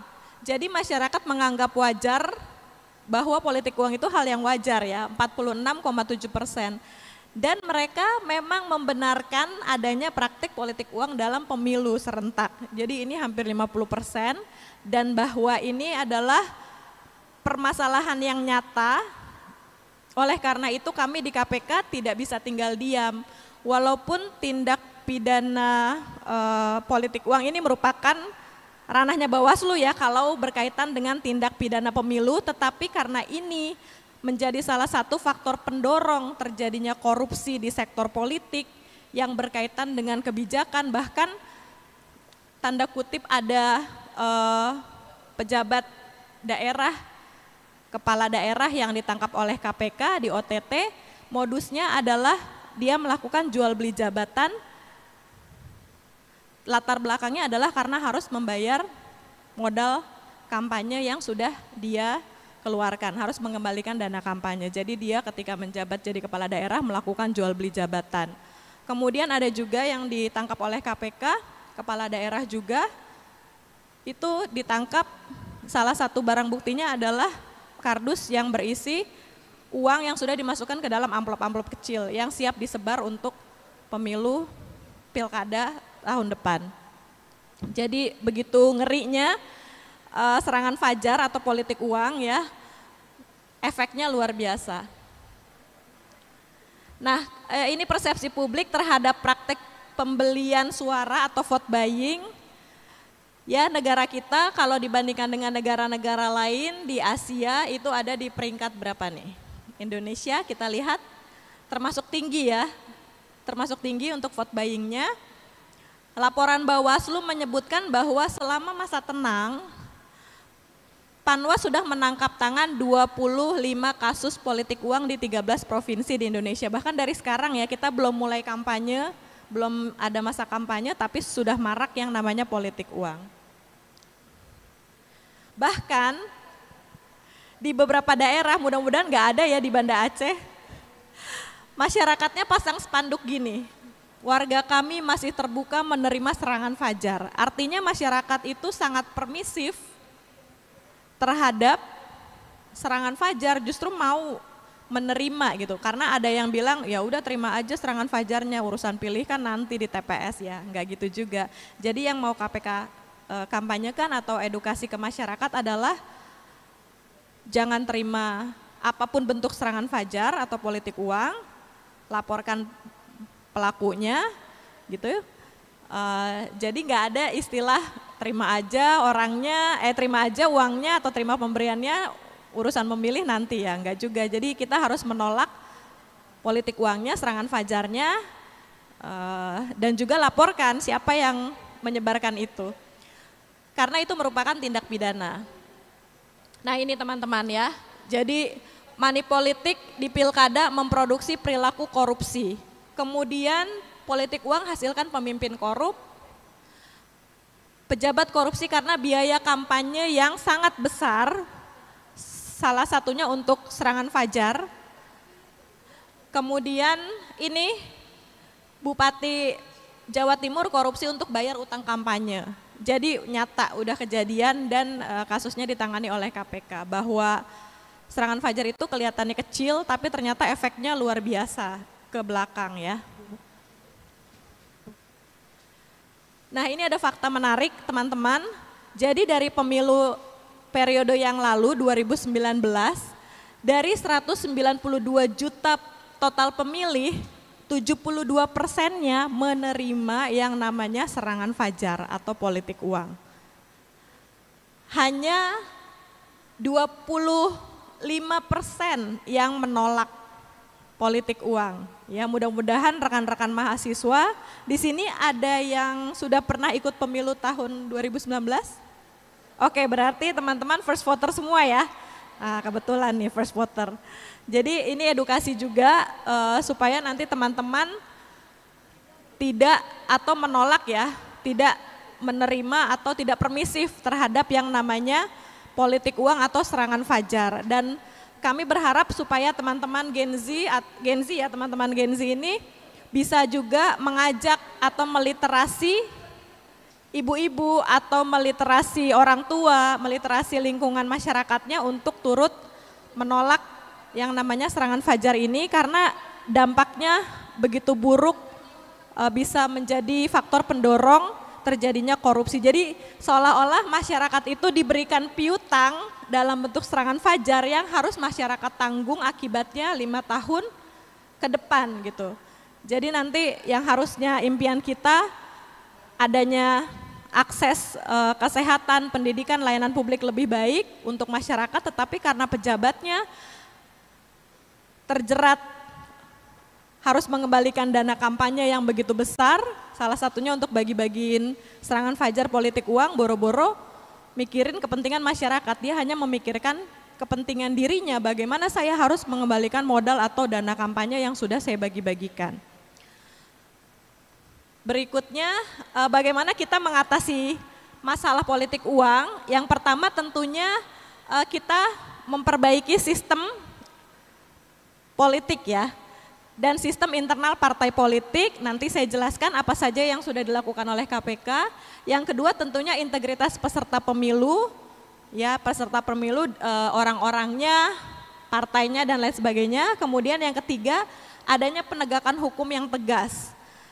Bagaimana politik uang ini sebagai salah satu tindak pidana bisa ditindak secara tegas. Kemudian salah satu yang dilakukan adalah saat ini oleh KPK ya, mungkin ke depan oleh Bawaslu atau KPU, saya yang ikut mengedukasi ini, bagaimana kita meliterasi masyarakat, salah satunya teman-teman mahasiswa untuk pendidikan anti suap dan anti money politik bagi teman-teman yang mau memilih ya.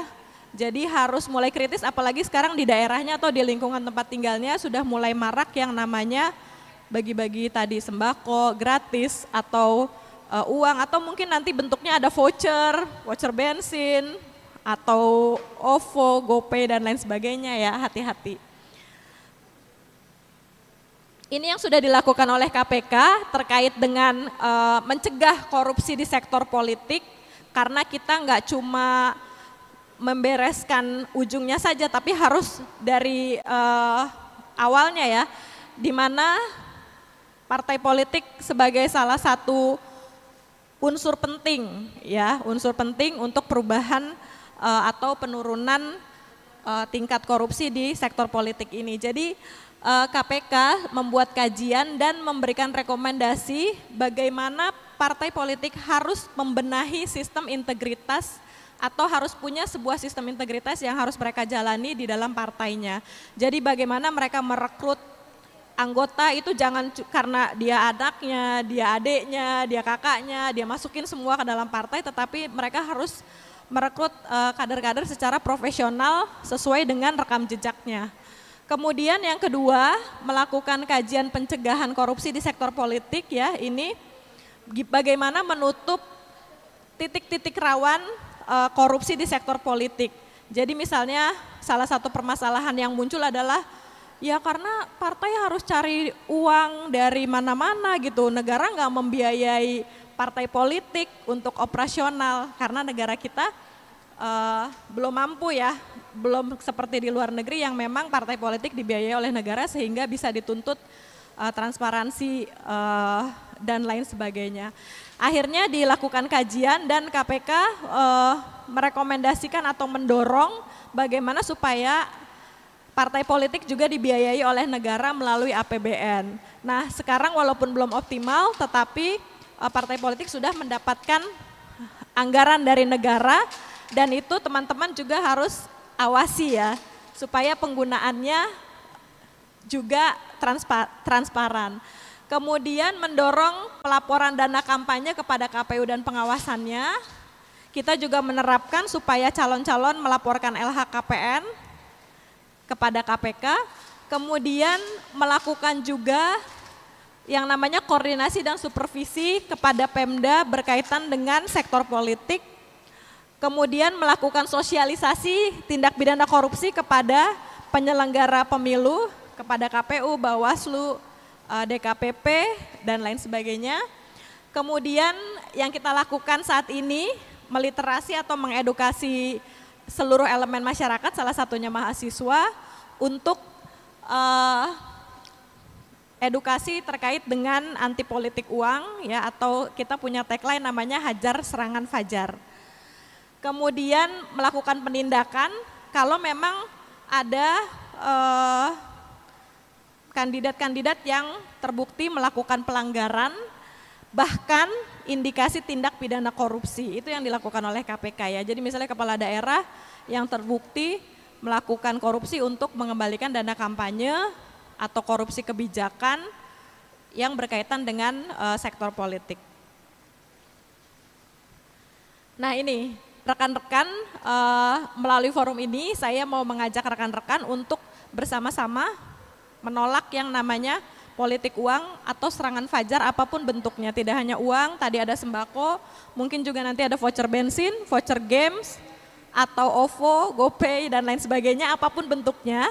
Ya hati-hati, jangan diterima, jangan ya udah terima aja ini rezeki, nanti kan milih di TPS, jangan gitu juga. Jadi rekan-rekan sebagai agen perubahan di masyarakat justru harus bisa menolak dan mengajak rekan-rekan mahasiswa lainnya, mengajak atau ikut meliterasi masyarakat untuk menolak yang namanya politik uang, karena ini terlihat di permukaannya sepele, tetapi ini menjadi salah satu pendorong terjadinya tindak pidana korupsi yang besar gitu. Jadi nanti masyarakat juga yang akan rugi, yang seharusnya masyarakat bisa sejahtera hidupnya, tetapi karena pejabat hanya memikirkan kepentingan elit politik tertentu saja, kebijakan-kebijakan yang dihasilkan tentunya akan merugikan masyarakat.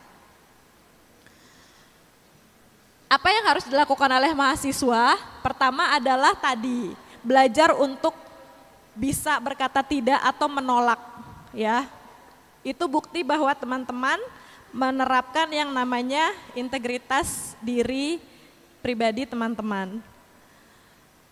Jadi apapun godaan korupsi itu kita hindari.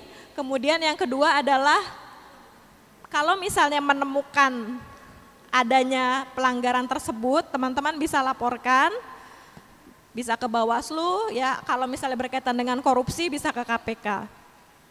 Kemudian teman-teman sebagai agen perubahan dan juga tentunya di bidang akademis ya, bisa melakukan kajian atau ikut mengkampanyekan, ikut menyosialisasikan gerakan anti korupsi atau anti politik uang ya, supaya masyarakat lebih teredukasi. Nah, sekarang kita sudah modern di sini. Sekarang saya mau tanya ya, teman-teman tuh saat ini merupakan aset bangsa kita karena dari hasil surveinya BPS, jumlah penduduk Indonesia mayoritas adalah siapa? Gen Z dan milenial. Jadi teman-teman ini punya dampak yang luar biasa terhadap perubahan di Indonesia ya.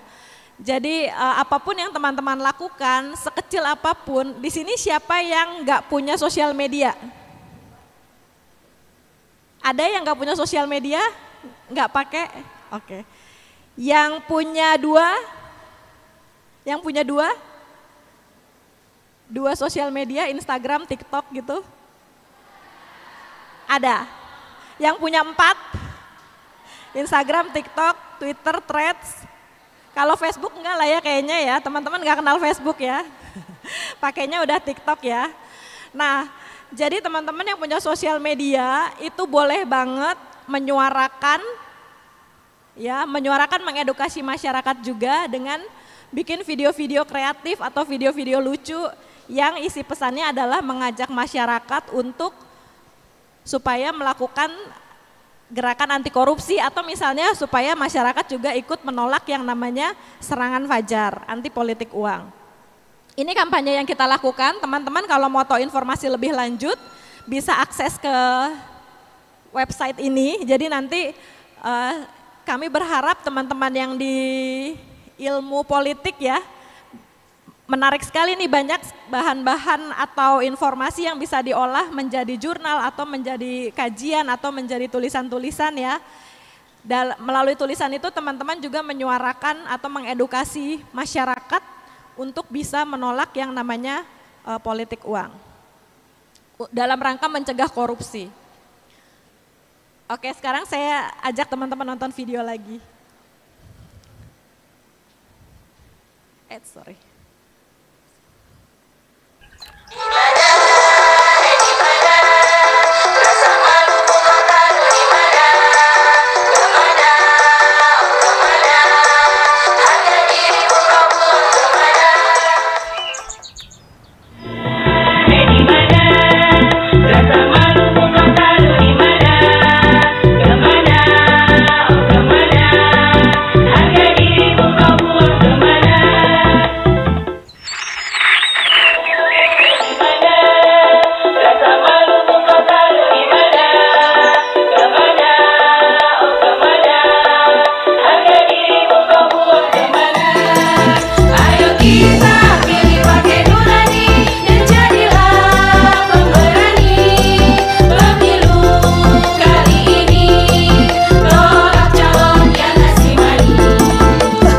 Kayak gini nggak jadi nyalon deh, mending ke salon aja. Ya, oke.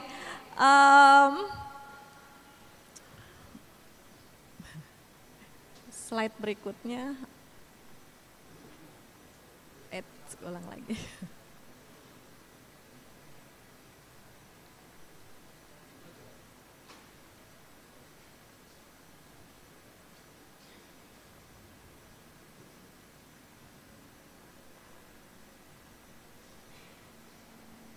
Oke, jadi nanti kalau ada diskusi teman-teman mau tanya tentang tadi yang sudah dijelaskan oleh Bu Aida atau tentang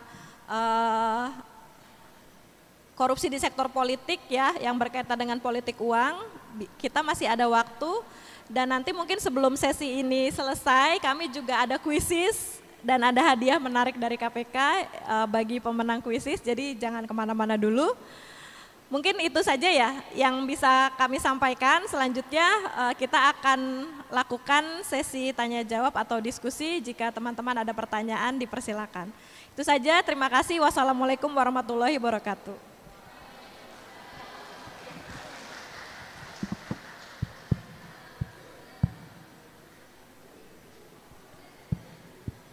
Baik,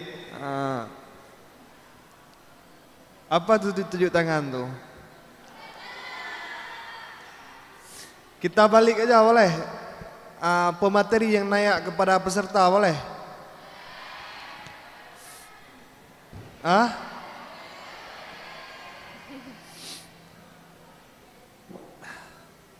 Baik, kami ucapkan terima kasih banyak kepada Ibu pemateri KPK hadir ke kampus agar kami senantiasa belajar selaras dengan zaman. Dalam bertumbuh akar menjadi pondasi, maka sebagai insan ilmulah akarnya. Oke, baik, kita masuk ke sesi selanjutnya. Mungkin ini sesi yang paling ditunggu oleh mahasiswa ya, sesi diskusi.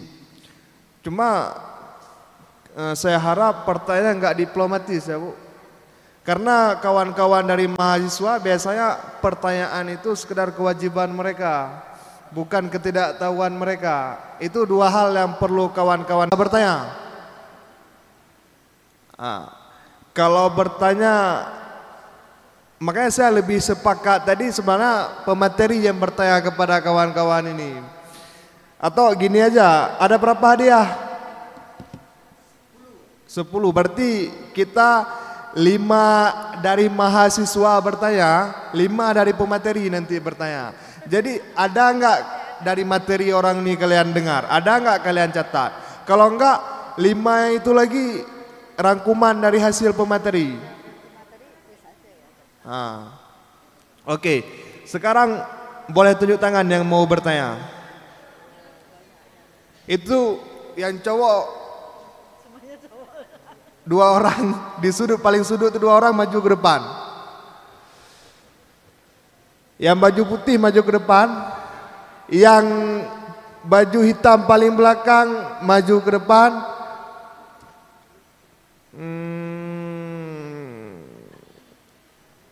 Udah 4 dah. Yang paling depan tuh yang tengah. Maju ke depan. Itu 2-2 terus kalian maju. 3-3 terus kalian maju. Udah, itu aja dulu. Panitia coba mikrofon kasih gini.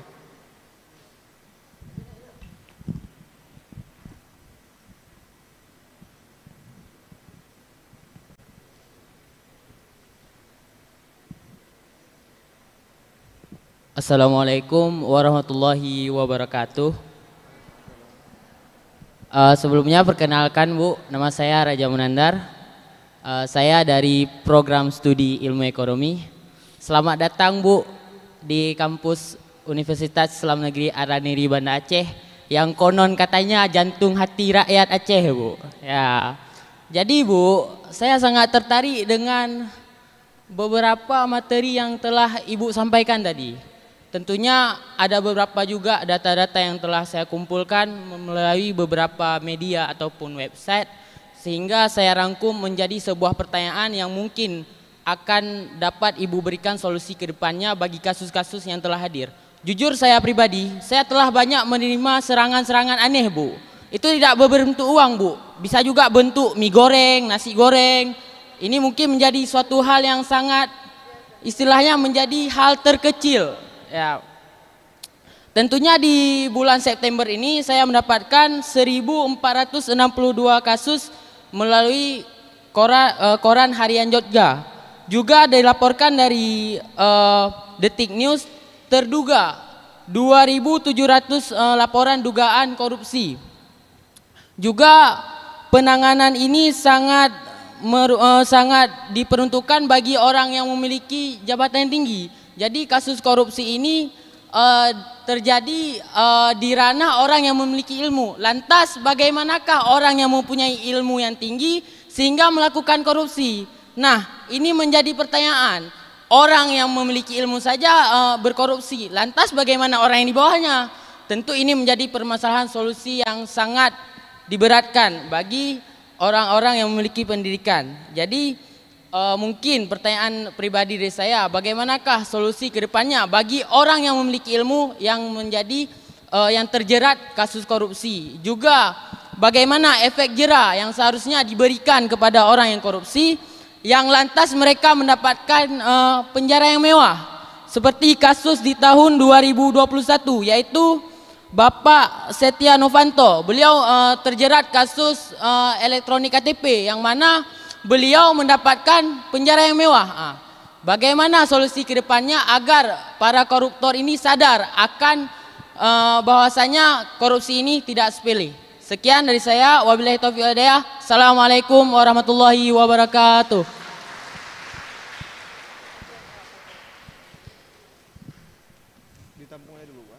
Baik, assalamualaikum warahmatullahi wabarakatuh. Perkenalkan, nama saya Azharil Hidayat, saya dari Prodi Ilmu Politik. Di sini saya bertanya kepada Ibu, menurut Ibu kebijakan seperti apa yang lebih efektif agar korupsi itu bisa berhenti ataupun bisa berkurang? Misalnya dari contoh segi strategi pemberantasan korupsi dari penindakan misalnya, Bu. Baik, terima kasih. Baik, langsung saja. Perkenalkan saya Pitra, Prodi Manajemen Pendidikan Islam, Bu, Fakultas Tarbiyah dan Keguruan. Baik, Bu, adapun pertanyaan saya, kami sebagai pemimpin generasi muda di milenial ini, apa langkah-langkah yang dapat diambil untuk melakukan pemberantasan korupsi ini, Bu? Dan apa tantangan terbesar KPK untuk pemberantasan korupsi ini, Bu? Sekian. Assalamualaikum warahmatullahi wabarakatuh. Perkenalkan, nama saya Arnila, Bu, dari Fakultas FISIP Prodi Ilmu Politik. Jadi saya ingin bertanya kepada Ibu, siapa yang mengawasi KPK jika melanggar aturan dan bagaimana cara mengatasi korupsi jika yang korupsinya itu dilakukan oleh pihak KPK itu sendiri? Contoh suap menyuap. Terima kasih, Bu.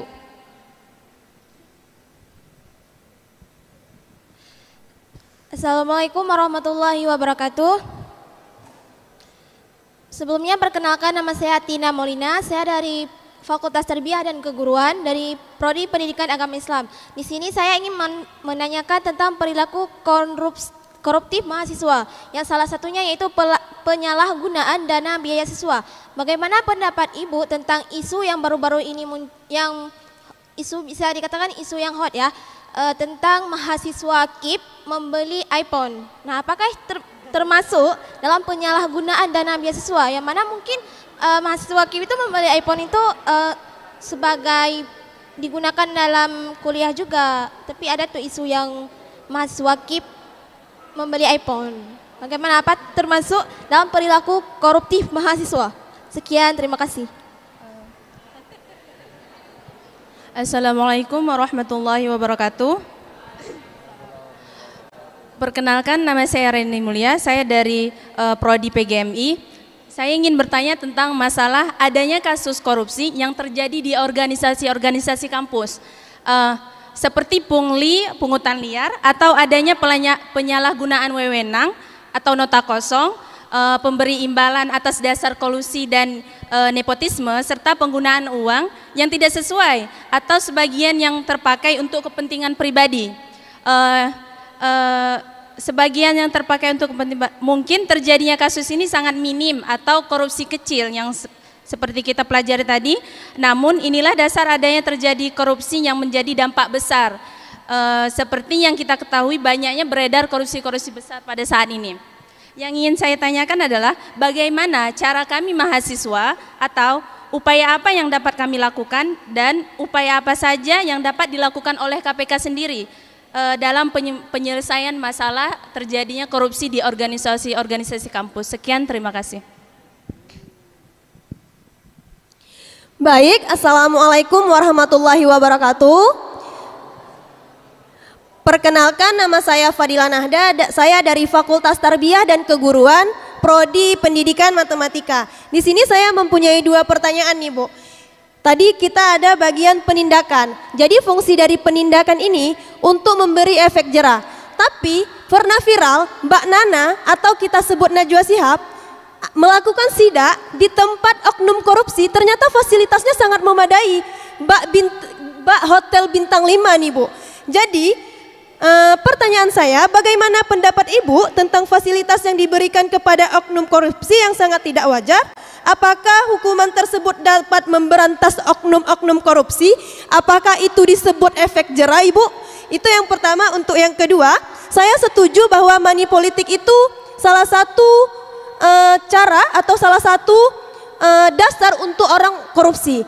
Pertanyaannya, bagaimana sistem demokrasi yang pemerintahannya itu dipimpin oleh keluarga dia, Bu? Setelah ayah dia, anaknya, setelah anaknya, cucunya, setelah cucunya, cicitnya. Apakah itu termasuk kebijakan korupsi, Bu? Sekian pertanyaan saya. Assalamualaikum warahmatullahi wabarakatuh.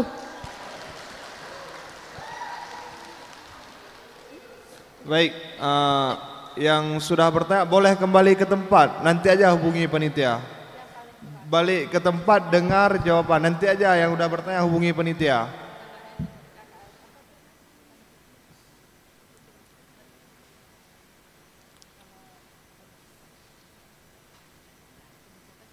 Baik, boleh langsung aja dijawab.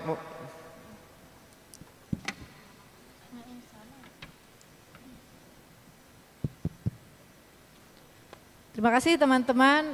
Saya akan coba menjawab semuanya, tapi nanti sambil dilengkapi Bu Doti ya Bu, kalau yang ada yang belum tercover. Yang pertama mungkin agak bisa jadi nyampur-nyampur ya nanti ya, karena mungkin ada pertanyaannya yang mirip. Pertama itu tentang efek jera ya. Jadi memang gini, memang kita melihat bahwa bukan melihat, faktanya memang terjadi bahwa korupsi itu sebagian besar dilakukan oleh orang yang memiliki pendidikan tinggi. Kenapa seperti itu? Bagaimana dengan yang tidak punya pendidikan? Nah, tadi seperti yang saya sampaikan ya teman-teman, korupsi itu faktor penyebabnya, ada faktor penyebabnya. Dan salah satu adalah kenapa kemudian banyak yang memiliki pendidikan tinggi tapi melakukan korupsi, karena ada penyertanya di sana. Karena memang yang bisa melakukan korupsi, yang kemudian korupsi tersebut bisa menjadi tindak pidana serius yang kemudian ditangani perkaranya, itu memang biasanya korupsi yang melibatkan kerugian negara yang cukup besar gitu. Walaupun korupsi kecil-kecilan juga banyak juga ditangani. Tetapi untuk bisa melakukan korupsi yang mengakibatkan kerugian negara dengan nilai yang besar, tentu koruptornya adalah, pelakunya adalah orang yang memiliki kewenangan kan, orang yang memiliki kewenangan, orang yang memiliki diskresi. Berarti bisa disebut pelaku korupsinya itu adalah ya para pemimpin-pemimpin. Nah, kalau untuk menjadi pemimpin orang yang harus memiliki kewenangan kan itu otomatis memang dari sisi pendidikan dan dari sisi pangkat itu pasti yang pangkatnya tinggi gitu. Jadi itu menyertai saja gitu. Jadi lebih kepada kita konsentrasinya apa yang bisa penyebab korupsi itu ya. Itu tadi ada kesempatan sistemnya yang buruk, kemudian ada kewenangan, dia memiliki kewenangan dan dia arogan terhadap kewenangan yang dimilikinya. Kemudian tadi kalau yang korupsi kecil-kecilan mungkin karena ada tekanan dari diri sendiri atau orang-orang di sekitarnya untuk bisa menambah sedikit pendapatan gitu. Kalau yang kecil-kecilan, tapi kalau yang udah besar tekanannya mungkin dari pihak partai dan seterusnya. Jadi intinya seperti itu. Jadi pendidikan itu otomatis terkait juga dengan bagaimana dia kemudian orang yang berpendidikan tinggi tentu juga pangkatnya tinggi gitu. Jadi dia punya wewenang di sana. Jadi dia lebih banyak lebih terkait kepada penyalahgunaan wewenangnya sebenarnya. Kemudian bagaimana efek jera? Apa efek jera yang bisa dilakukan untuk terhadap koruptor gitu? Yang pertama memang harusnya hukuman yang ada sekarang yang berdasarkan undang-undang itu harusnya secara teori memberikan efek jera. Tapi kita lihat faktanya di lapangan ternyata kita lihat hukuman koruptor itu tidak sesuai yang diharapkan, tidak sesuai dengan kerugian negara yang ada gitu. Bahkan ada penelitian dari UGM UGM waktu itu yang menyebut justru koruptor kelas teri, koruptor kecil-kecilan, koruptor yang misalnya hanya mencuri ayam, hanya mencuri di kecil-kecilan gitu, itu justru kalau dihitung berdasarkan data yang ada, tingkat hukumannya itu jauh lebih tinggi dan pengembalian kerugiannya atau dendanya itu jauh lebih tinggi dibanding justru yang koruptor kakap. Jadi misalnya ada yang hanya nyuri ayam atau nyuri kambing gitu di penjara sampai 4 tahun, 5 tahun, yang koruptor dengan angka korupsi yang jauh lebih besar itu hanya di penjara 2 tahun, misalnya seperti itu. Di penelitian faktanya seperti itu, jadi tidak ada standarisasi pemberian hukuman badan, waktu pemberian hukuman badan di level pengambil keputusan terakhir di hakim gitu. Itu cukup menarik. Itu satu. Jadi faktanya di lapangan seperti itu bahwa ternyata hukuman badan koruptor dan denda itu belum memberikan efek jera. Nah, di beberapa tahun terakhir kita mengenal salah satu upaya pemberian efek jera melalui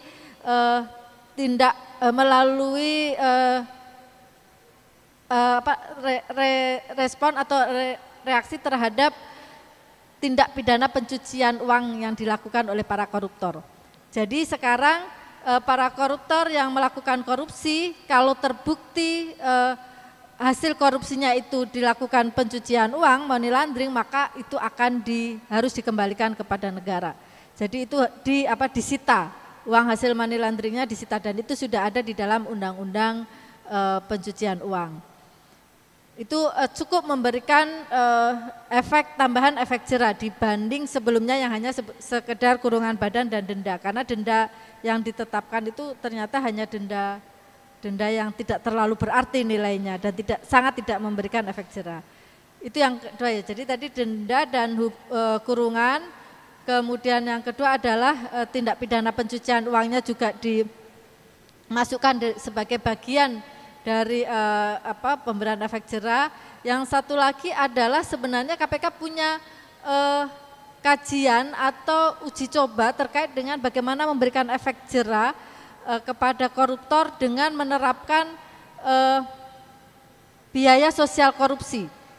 Jadi dengan biaya sosial korupsi maka koruptor itu harus mengembalikan keuangan negara itu jauh berlipat-lipat dari uang yang dia korupsi. Dengan penghitungan kita memperhitungkan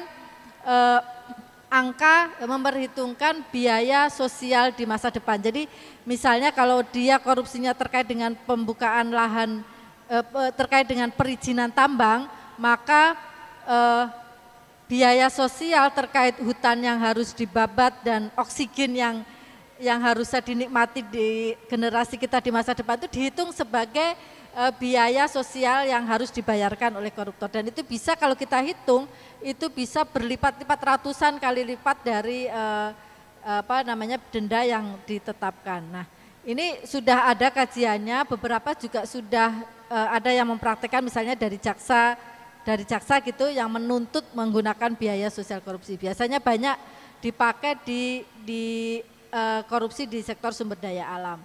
Itu contohnya, tapi ini belum secara, kalau yang biaya sosial korupsi belum ada peraturan perundang-undangan yang mendasari untuk kemudian diimplementasikan dalam penanganan perkara korupsi. Itu pertanyaan pertama. Kemudian yang kedua, Azhar ya tadi dari ilmu politik, kebijakan apa yang efektif dalam pemberantasan korupsi. Jadi sebenarnya gini, kebijakan itu kan dibuat, kebijakan kan ini ya apanya dulu, kalau misalnya terkait dengan kebijakan anti korupsi, misalnya tentang strategi pemberantasan korupsinya atau lembaga pengampu dari pemberantasan korupsinya, itu kan banyak sektor di sana. Tapi intinya kalau kita bertanya tentang kebijakan apa yang paling efektif untuk apapun ya, bukan hanya pemberantasan korupsi, yaitu yang pertama pasti bahwa kebijakan tersebut harus dijalankan, jadi implementasi dari kebijakan tersebut tidak ada pelanggaran di dalamnya gitu ya. Kemudian di dalam kebijakan tersebut juga harus mencakup sanksi dan sanksi, terutama mencakup sanksi terhadap pelanggaran yang dilakukan. Itu biasanya kalau terkait dengan hal tersebut maka kebijakan akan efektif. Nah, satu lagi untuk membuat sebuah kebijakan itu bisa diimplementasikan dan anti korupsi, sebaiknya bahwa setiap kebijakan yang dibuat, setiap regulasi yang dibuat itu harus di-assess, di-review terkait dengan konten anti korupsinya. Jadi kadang isi kebijakan, isi pasal-pasal dalam kebijakan itu seringkali prone to corrupt gitu, dan itu harusnya sebelum disahkan kebijakan tersebut harus corruption risk assessment-nya harus dilakukan. Jadi bagaimana kebijakan tersebut tidak prone to corrupt, dan kalau masih ada prone to corrupt-nya untuk direview atau diperbaiki. Dan itu harus dikomunikasikan juga kepada masyarakat yang nanti akan melaksanakan kebijakan tersebut. Jadi ada mekanisme mekanisme mengkomunikasikan rencana kebijakan itu ke masyarakat secara luas. Mungkin itu yang nomor 2. Kemudian yang ketiga, apa langkah-langkah yang dilakukan dalam pemberantasan korupsi?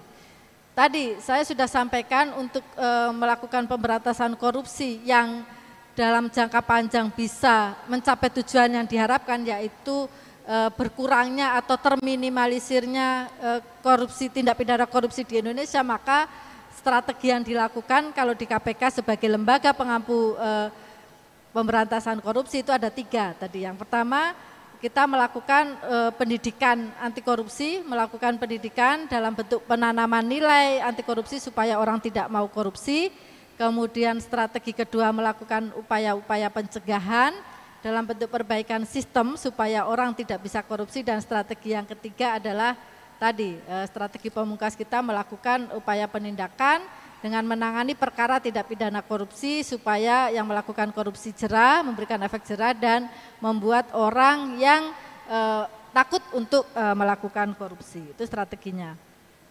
Kemudian ini pertanyaan, siapa yang mengawasi KPK dan siapa yang menindak KPK kalau di KPK ada tidak pidana korupsi? Nanti tolong diperjelas kalau saya menangkap pertanyaannya tidak sesuai. Jadi sama saja, jadi kalau di KPK, siapa yang mengawasi KPK? Sekarang itu kalau secara di organisasi KPK ya teman-teman, di KPK itu ada 2 pengawas di dalam KPK-nya ini ya. Yang pertama adalah inspektorat. Inspektorat ini tugasnya ya mengawasi bisnis proses yang ada di internal KPK termasuk personilnya jika melanggar juga sebagai konsultan ya kalau inspektorat, bukan hanya watchdog yang melihat pelanggaran tapi juga menemani personil, menemani unit kerja di KPK untuk melakukan upaya-upaya atau kegiatan-kegiatan di bisnis prosesnya. Kemudian ada Dewan Pengawas. Nah, Dewan Pengawas ini terkait dengan memberikan pengawasan terkait dengan etik ya, lebih banyak ke etik dari pelanggaran-pelanggaran etik yang dilakukan terutama oleh pimpinan dan juga oleh pegawai KPK. Dan itu semuanya bekerja. Kalau terjadi pelanggaran di sana maka dua unit pengawasan ini bekerja sesuai dengan tugas dan fungsinya. Kemudian perlu diketahui juga di KPK itu kita menerapkan prinsip zero tolerance. Jadi tidak boleh ada pelanggaran sekecil apapun. Seluruh pelanggaran pasti diproses dan akan ditindak dengan memberikan efek jera. Dan itu berjalan dilakukan. Kemudian kalau pidana, nah kalau pegawai KPK melakukan pidana sesuai di peraturan perundangan yang ada bahwa mereka akan divonis dengan jumlah berlipat gitu dibanding koruptor di luar internal KPK. Berapa kali lipat? Tiga kali lipat dari, ada di peraturan perundangan, saya lupa angka persisnya. Kemudian, nah tadi membicarakannya ini ya, perilaku koruptif mahasiswa termasuk bagaimana memanfaatkan beasiswa. Introspeksi aja teman-teman ya, ini kan semuanya penerima beasiswa ya. Sekali lagi kan ada alasan kenapa teman-teman semua menerima apa Mas? KIP ya namanya, KIP, menerima KIP. Ada prasyarat waktu itu untuk bisa menerima KIP. Yang pasti yang sangat kami harapkan adalah tidak ada di prosesnya itu sudah tidak ada yang disebut apa namanya kecurangan gitu. Karena kalau prosesnya saja sudah curang, misalnya nih kan ada prasyarat untuk menerima KIP tetapi merekayasa persyaratan sehingga seakan-akan harusnya tidak masuk dalam kriteria penerima KIP tetapi karena ada syarat yang direkayasa kemudian menjadi masuk.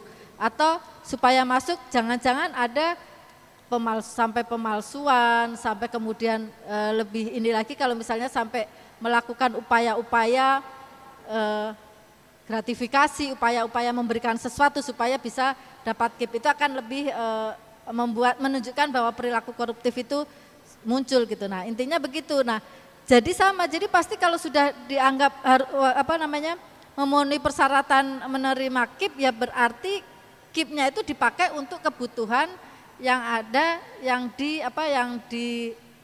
handle, yang dipersyaratkan itu gitu. Jadi kalau memang KIP itu diwajibkan dipakai untuk biaya kuliah ditambah dengan biaya hidup misalnya, ya harus dilakukan di sana.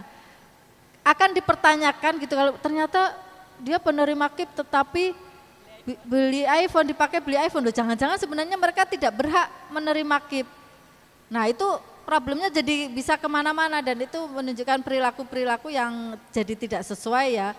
Nah itu jadi semoga gini semuanya saling introspeksi aja. Sekali lagi mumpung masih mahasiswa, masih banyak yang bisa kita kita perbaiki, masih banyak kontribusi yang masih bisa dilakukan.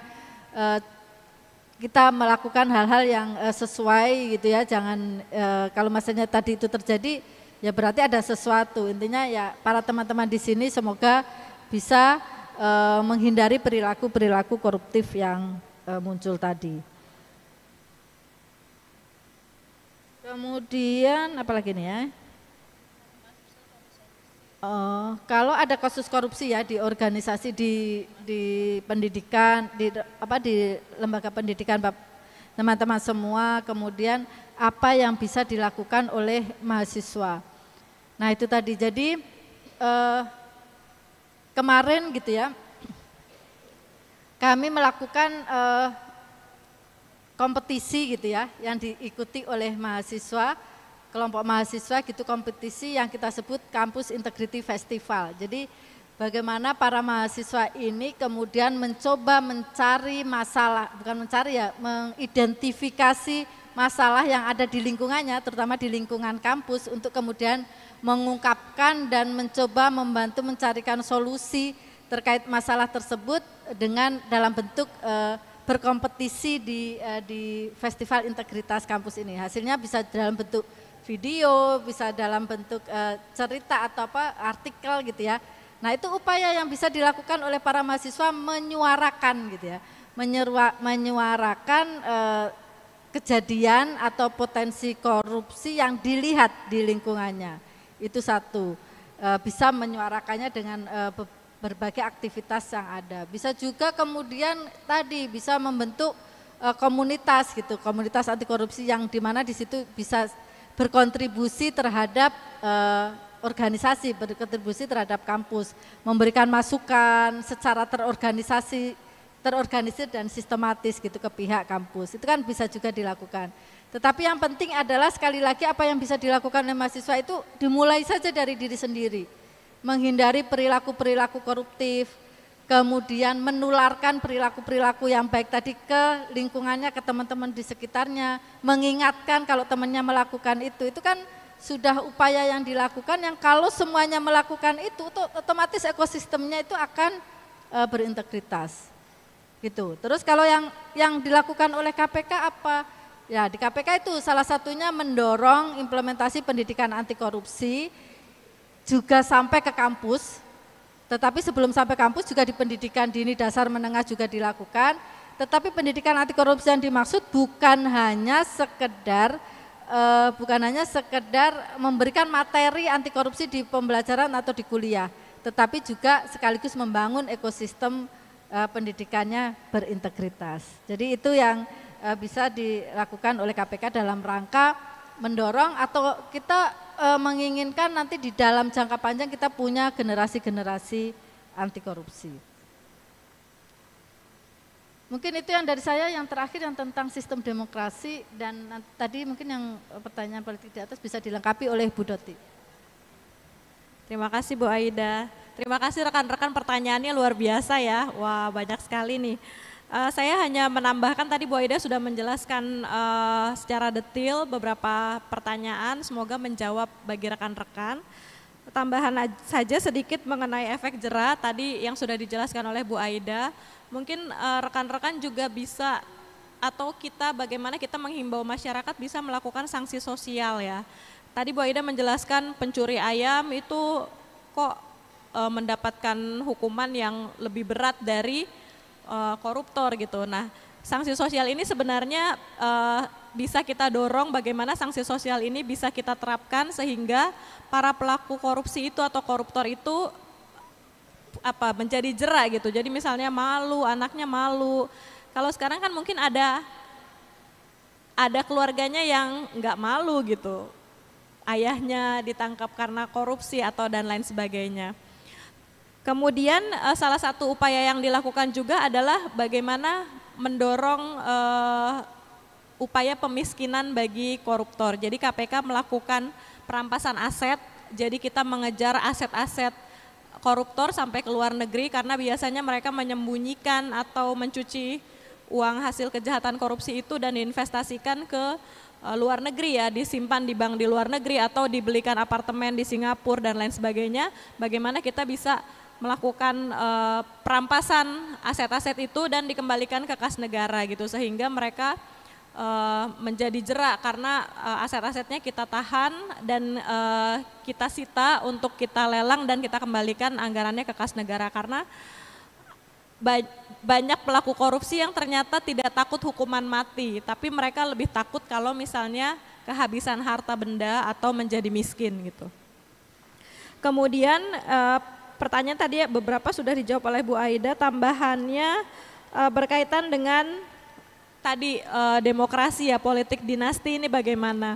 Apa yang harus kita lakukan? Yang pertama adalah teman-teman mahasiswa ini punya kekuatan untuk menyuarakan tentunya tidak melulu untuk berdemonstrasi ya, tetapi kita bisa membuat kajian atau kita bisa mendorong kebijakan ke legislatif berkaitan dengan aturan-aturan atau kebijakan-kebijakan yang bisa menutup potensi atau celah-celah terjadinya politik dinasti ini. Salah satunya juga upaya yang kemarin yang lagi sekarang ramai ya, bagaimana masyarakat atau koalisi masyarakat itu bisa mendorong MK untuk membatalkan putusannya. Ini adalah sebuah hal yang positif menurut saya walaupun itu tidak berlaku surut, tetapi bagaimana masyarakat bisa kritis, juga mahasiswa ya bisa kritis, mengkaji, menganalisis dan nanti hasilnya bisa direkomendasikan ke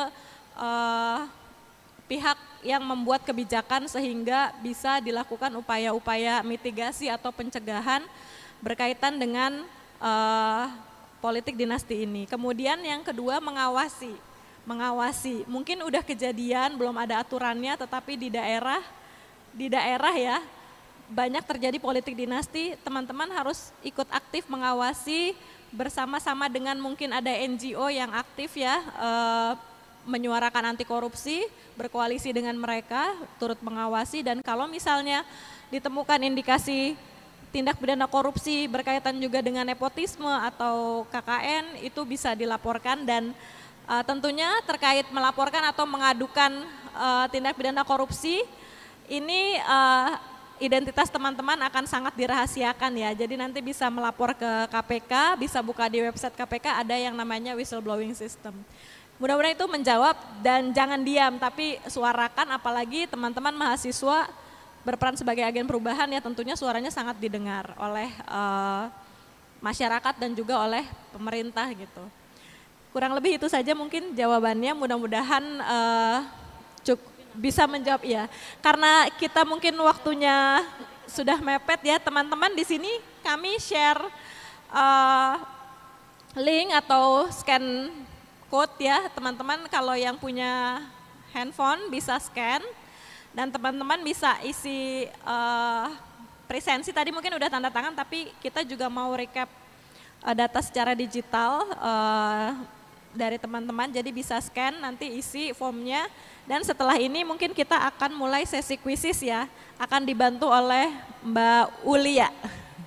Mungkin itu ditutup dulu dengan Mas Moderator, terima kasih.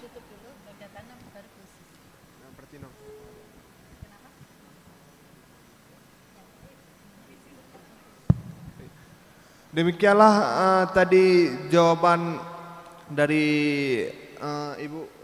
Kami ucapkan mewakili panitia, kami ucapkan ribuan terima kasih dan kami mohon maaf atas segala kekurangan. Kami akhiri dengan wabillahi taufiq wal hidayah. Wassalamualaikum warahmatullahi wabarakatuh.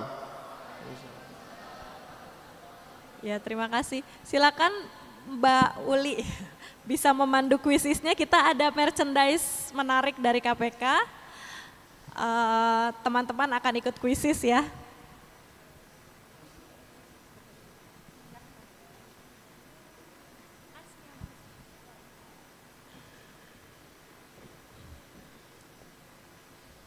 Halo. Hai. Masih semangat ya? Belum menjelang makan siang ya? Apa udah makan siang sini waktunya? Nggak apa-apa ya, sebentar ya.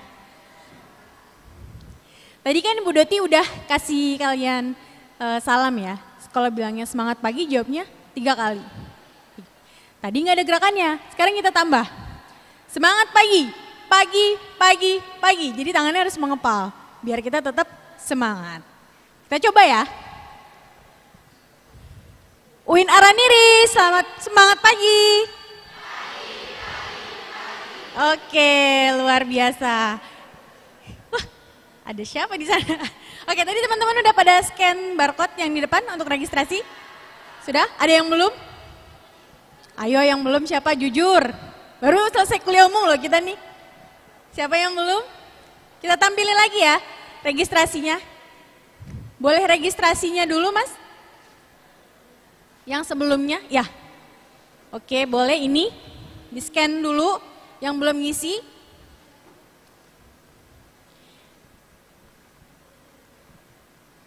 Oke, kita tunggu ya. Ternyata masih banyak yang belum ya.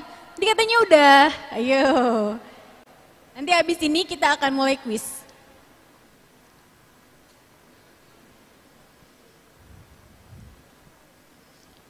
Kuisnya nanti dari device masing-masing, dari handphone masing-masing. Yang tadi beli iPhone boleh ya, iPhone-nya dipakai.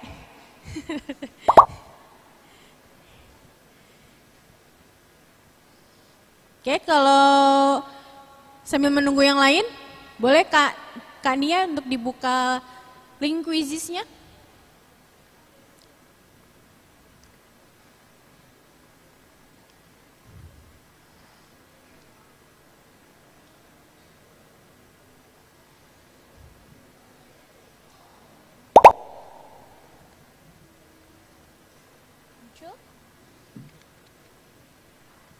Oke, sambil menunggu teman-teman yang masih mengisi registrasi ya.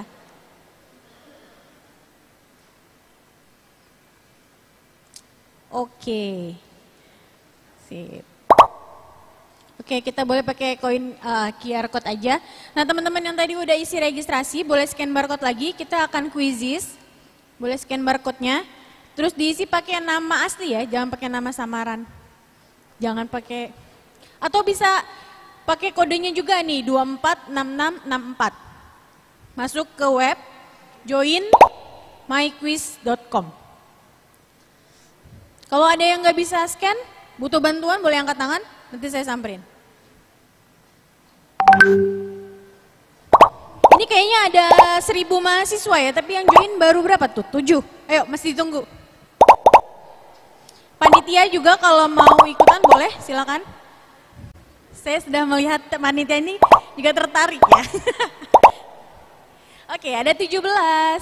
Masih kita tunggu. 20, oke. Ingat ya, pakai nama asli, jangan nama samaran. Jangan nama inisial juga. Ya, 26. Scan barcode lagi, Kania boleh ditampilin? Oke. Ada yang nggak bisa join?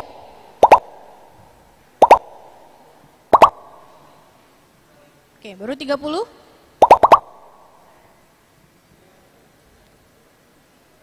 Ya, ada di kanan kiri TV juga ya, layar TV. Nggak bisa?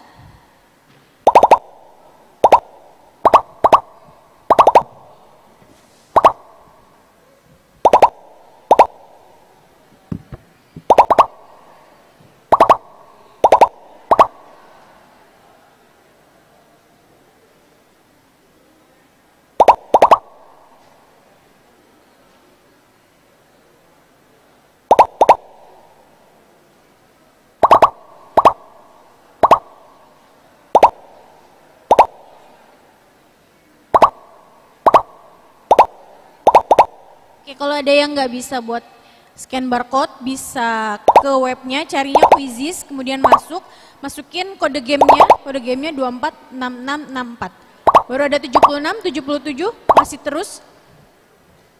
Ada lagi yang kesulitan untuk masuk?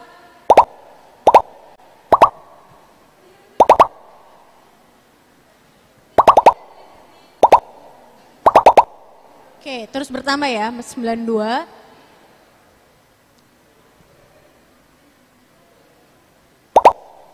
Tiga, 94, 95. Ada lagi yang kesulitan? Boleh angkat tangan?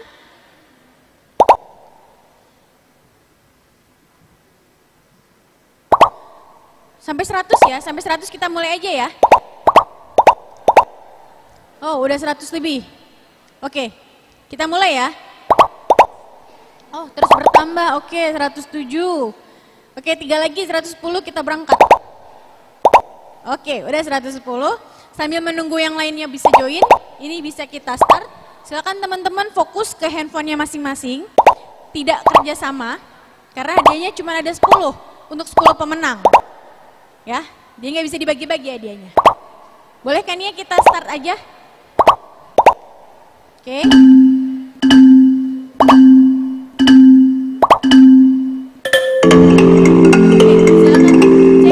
Terima kasih.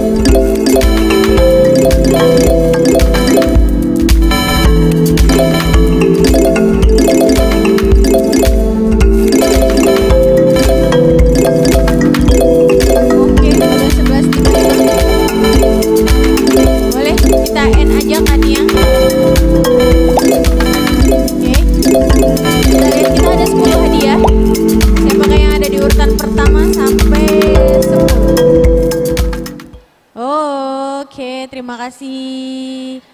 Sekarang kita lihat ya, di urutan pertama ada Sahara, Sunrise.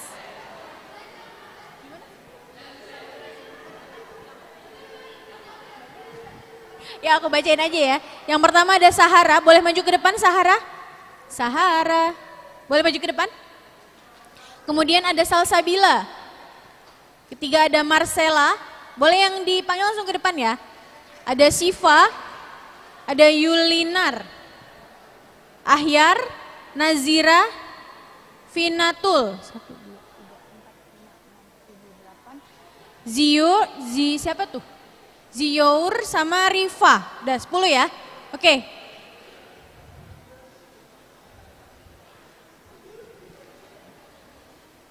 Oke, ini cewek semua ya. Keren ya, Win Araniri ya.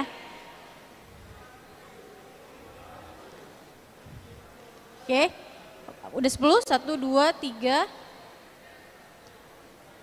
1, 2, 3, 4, 5, 6, 7, 8, 9, satu lagi. 10, oke. Boleh mohon Ibu Aida dan Mbak Doti untuk membagikan merchandise.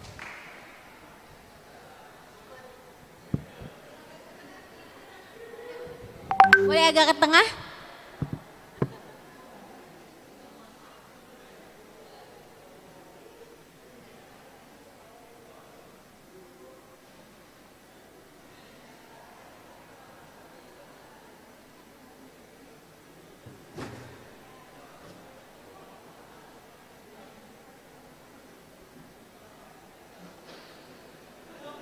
Oh ya, teman-teman besok Roshobus itu akan hadir di BMA dan juga PKA. Teman-teman yang senggang boleh mampir ke booth kami di BMA. Nanti akan ada merchandise-merchandise seperti ini yang kami bagikan melalui Kizi seperti ini. Oke.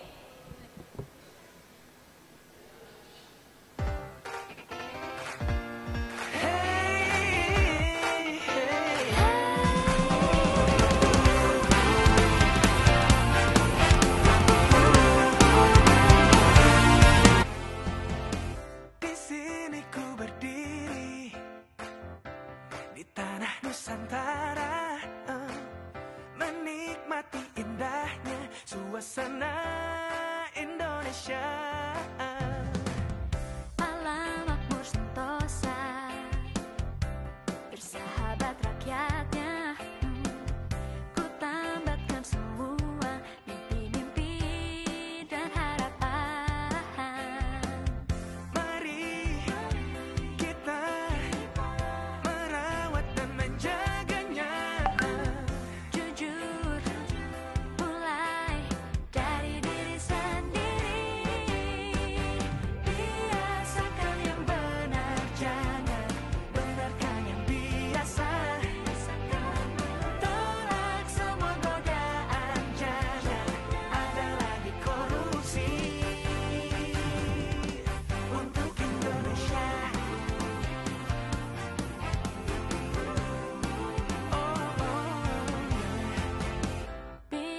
mereka mencoba menghambat jalan kita.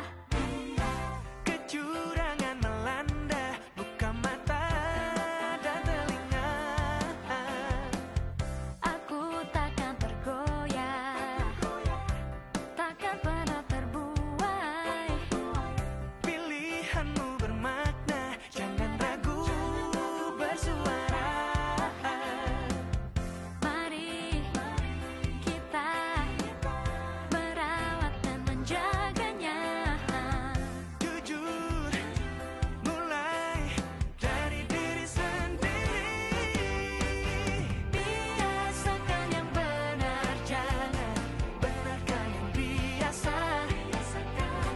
tolak semua godaan, jangan Ada lagi korupsi. Ku berjanji untuk berani. Indonesia ku cintai. Tiada lagi kompromi. Biasakan yang benar, jangan Benarkan yang biasa. tolak semua godaan, Jangan jangan ada lagi korupsi. biasakan yang benar, jangan Benarkan yang biasa. tolak semua godaan, jangan Ada lagi korupsi. untuk Indonesia, Untuk Indonesia. Untuk Indonesia.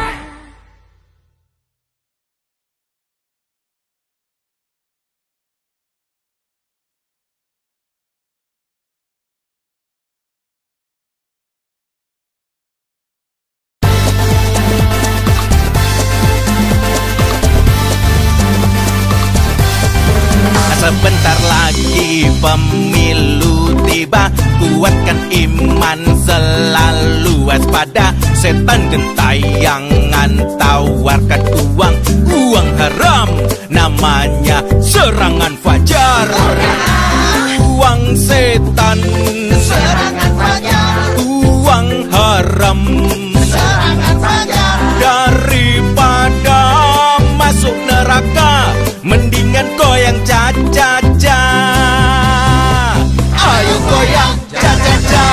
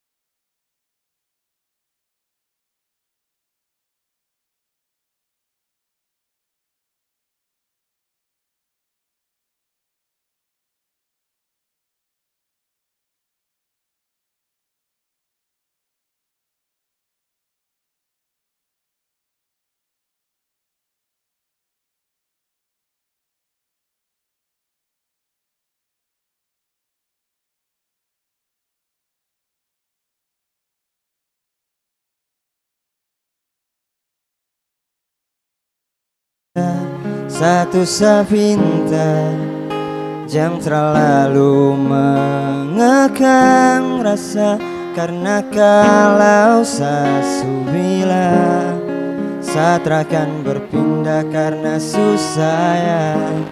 Jangan kau berulah saat akan mendua. Cukup jaga hati biar tambah cinta, karena kalau sasubila saat akan berpindah karena susah ya. Dan ini semua tentang hati, jadi coba pikir kembali. Janji tak mungkin saya ingkari, karena alasan tak kabari. Kasih kau begitu curiga, berubah kini kau berbeda. Ikat sakuat atas nama cinta, Satra suka paksa itu masalahnya. Semuanya sama-sama. Biasa saja cinta, satu sapinta yang terlalu mengekang rasa, karena kalau sasubila saat akan berpindah karena susah ya. Jangan kau berulah saat akan menjua. Cukup jaga hati biar tambah cinta, karena kalau sasubila saat akan berpindah karena susah ya. Oh, dan ini semua tentang hati, jadi coba pikir kembali. Janji tak mungkin saya ingkari, karena alasan tak kabari. Kasih kau begitu curiga, berubah kini kau berbeda. Ikat sakuat atas nama cintaku, tak suka paksa itu masalahnya. Biarkan cinta tumbuh sebisanya, cinta dan rasa itu pelengkapnya. Jangan hanya datang tinggalkan lara, aku tetap cinta walau tak bersuara. Semuanya biasakan cinta, coba kau pahami. Ku sudah bilang jaga hati ini, tak mendua ku berhenti. Cari cukup kau dalam mimpi, kini dan bisa saya cinta. Satu sapinta jangan terlalu mengekang rasa, karena kalau sasubila saat akan berpindah karena susah ya. Oh.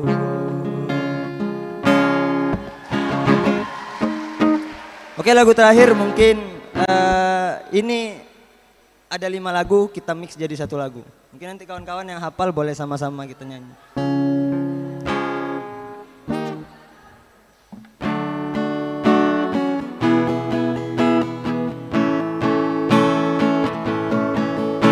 Say isu daripada masalah, lebih baik jangan ganggu, itu saya yang punya. Yang jadi pengganggu kau tuh cuma benalu, yang di saat dibutuh kalau keluar rumah kau stop sudah dengan kalekan. Karena tunggu bangun cinta tara gampang, kau kasih pisah tong dua otra bisa. Oh waduh waduh jangan ganggu, yang itu sapunya jangan ganggu. Kopi cari yang lain sudah, tak usah jadi pengganggu. Sasu stay dengan dia dari lama, kau datang toki dengan kopu drama. Sio tabe sayang kotra buahan. Maafkan kamu lagi, tapi terus kau ulangi. Salahmu yang sama telah membuatku luka. Semuanya. Andaikan kau tahu rasa sayangku melebihi rasa sakit ini,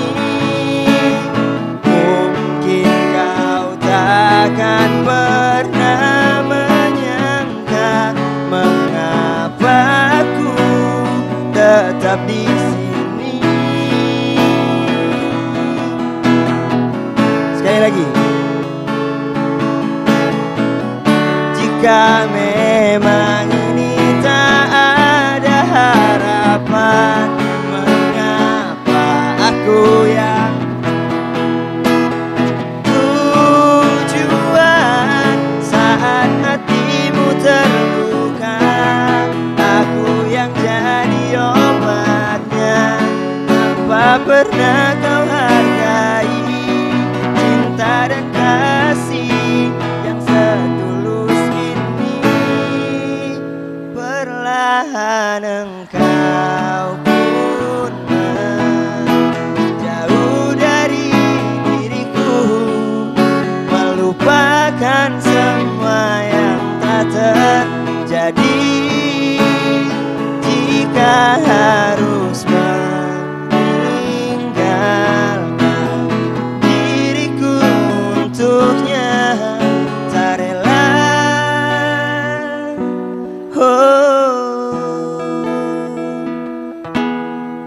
Kau dengannya.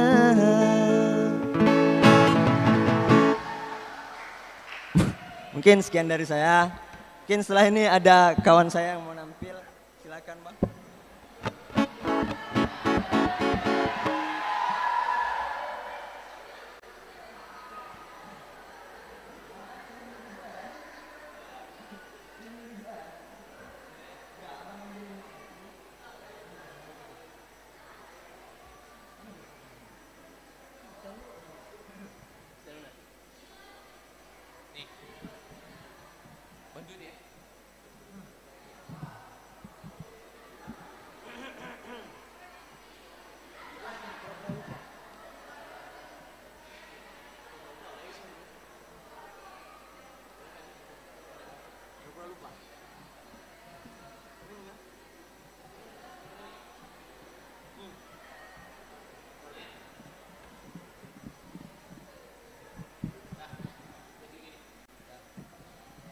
Duduk sini aja.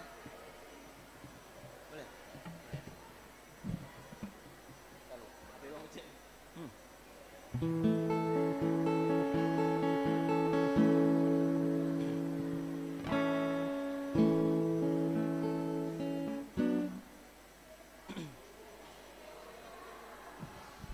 Aku yang masuk dulu atau abang masuk dulu? Aku yang masuk dulu atau abang masuk dulu? Abang masuk.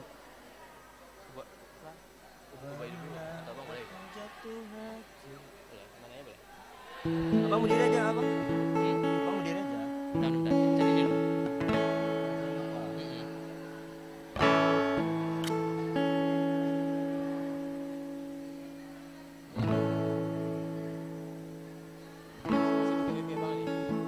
Enggak, pakai audit ya. Audit ya.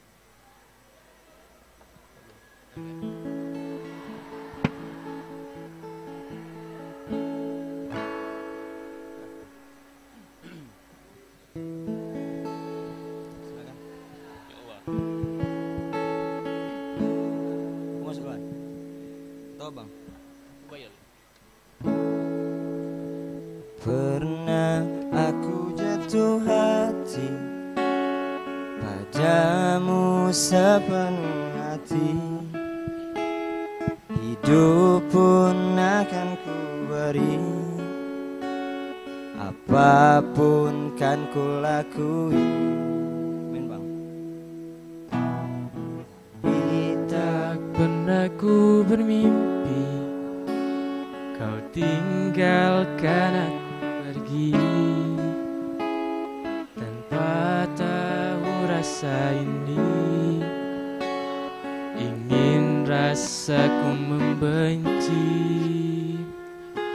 Tiba-tiba kamu datang saat kau telah dengan dia, semakin hancur hatiku.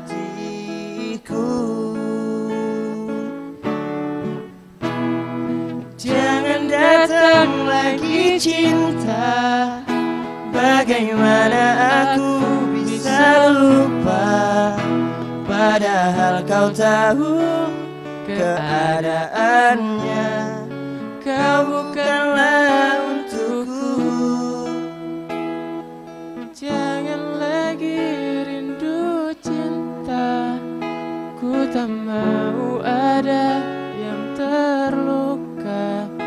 bahagiakan dia. Aku tak apa, biar aku yang pura-pura lupa.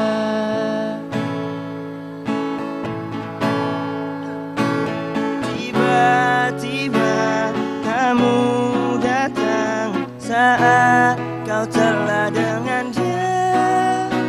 Semakin hancur hatiku. Jangan datang lagi cinta, bagaimana aku bisa lupa, padahal kau tahu keadaannya, kau bukanlah untukku. Jangan lagi rindu cinta, ku tak mau ada yang terluka. Bahagiakan dia, aku tak apa, biar aku yang pura-pura lupa.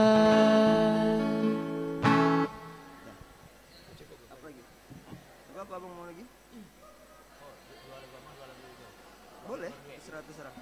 Ini abang mau lagu apa abang bawa? Yang tadi Afgan tuh. Abang sendiri tapi tahu nggak bisa lagu itu soalnya. Nggak apa abang? Abang lagu itu aja kok mau. Bawa cintaku tadi. Apa lagi lagu Afgan? Bawalah pergi cintaku. Udah kan? Udah siap.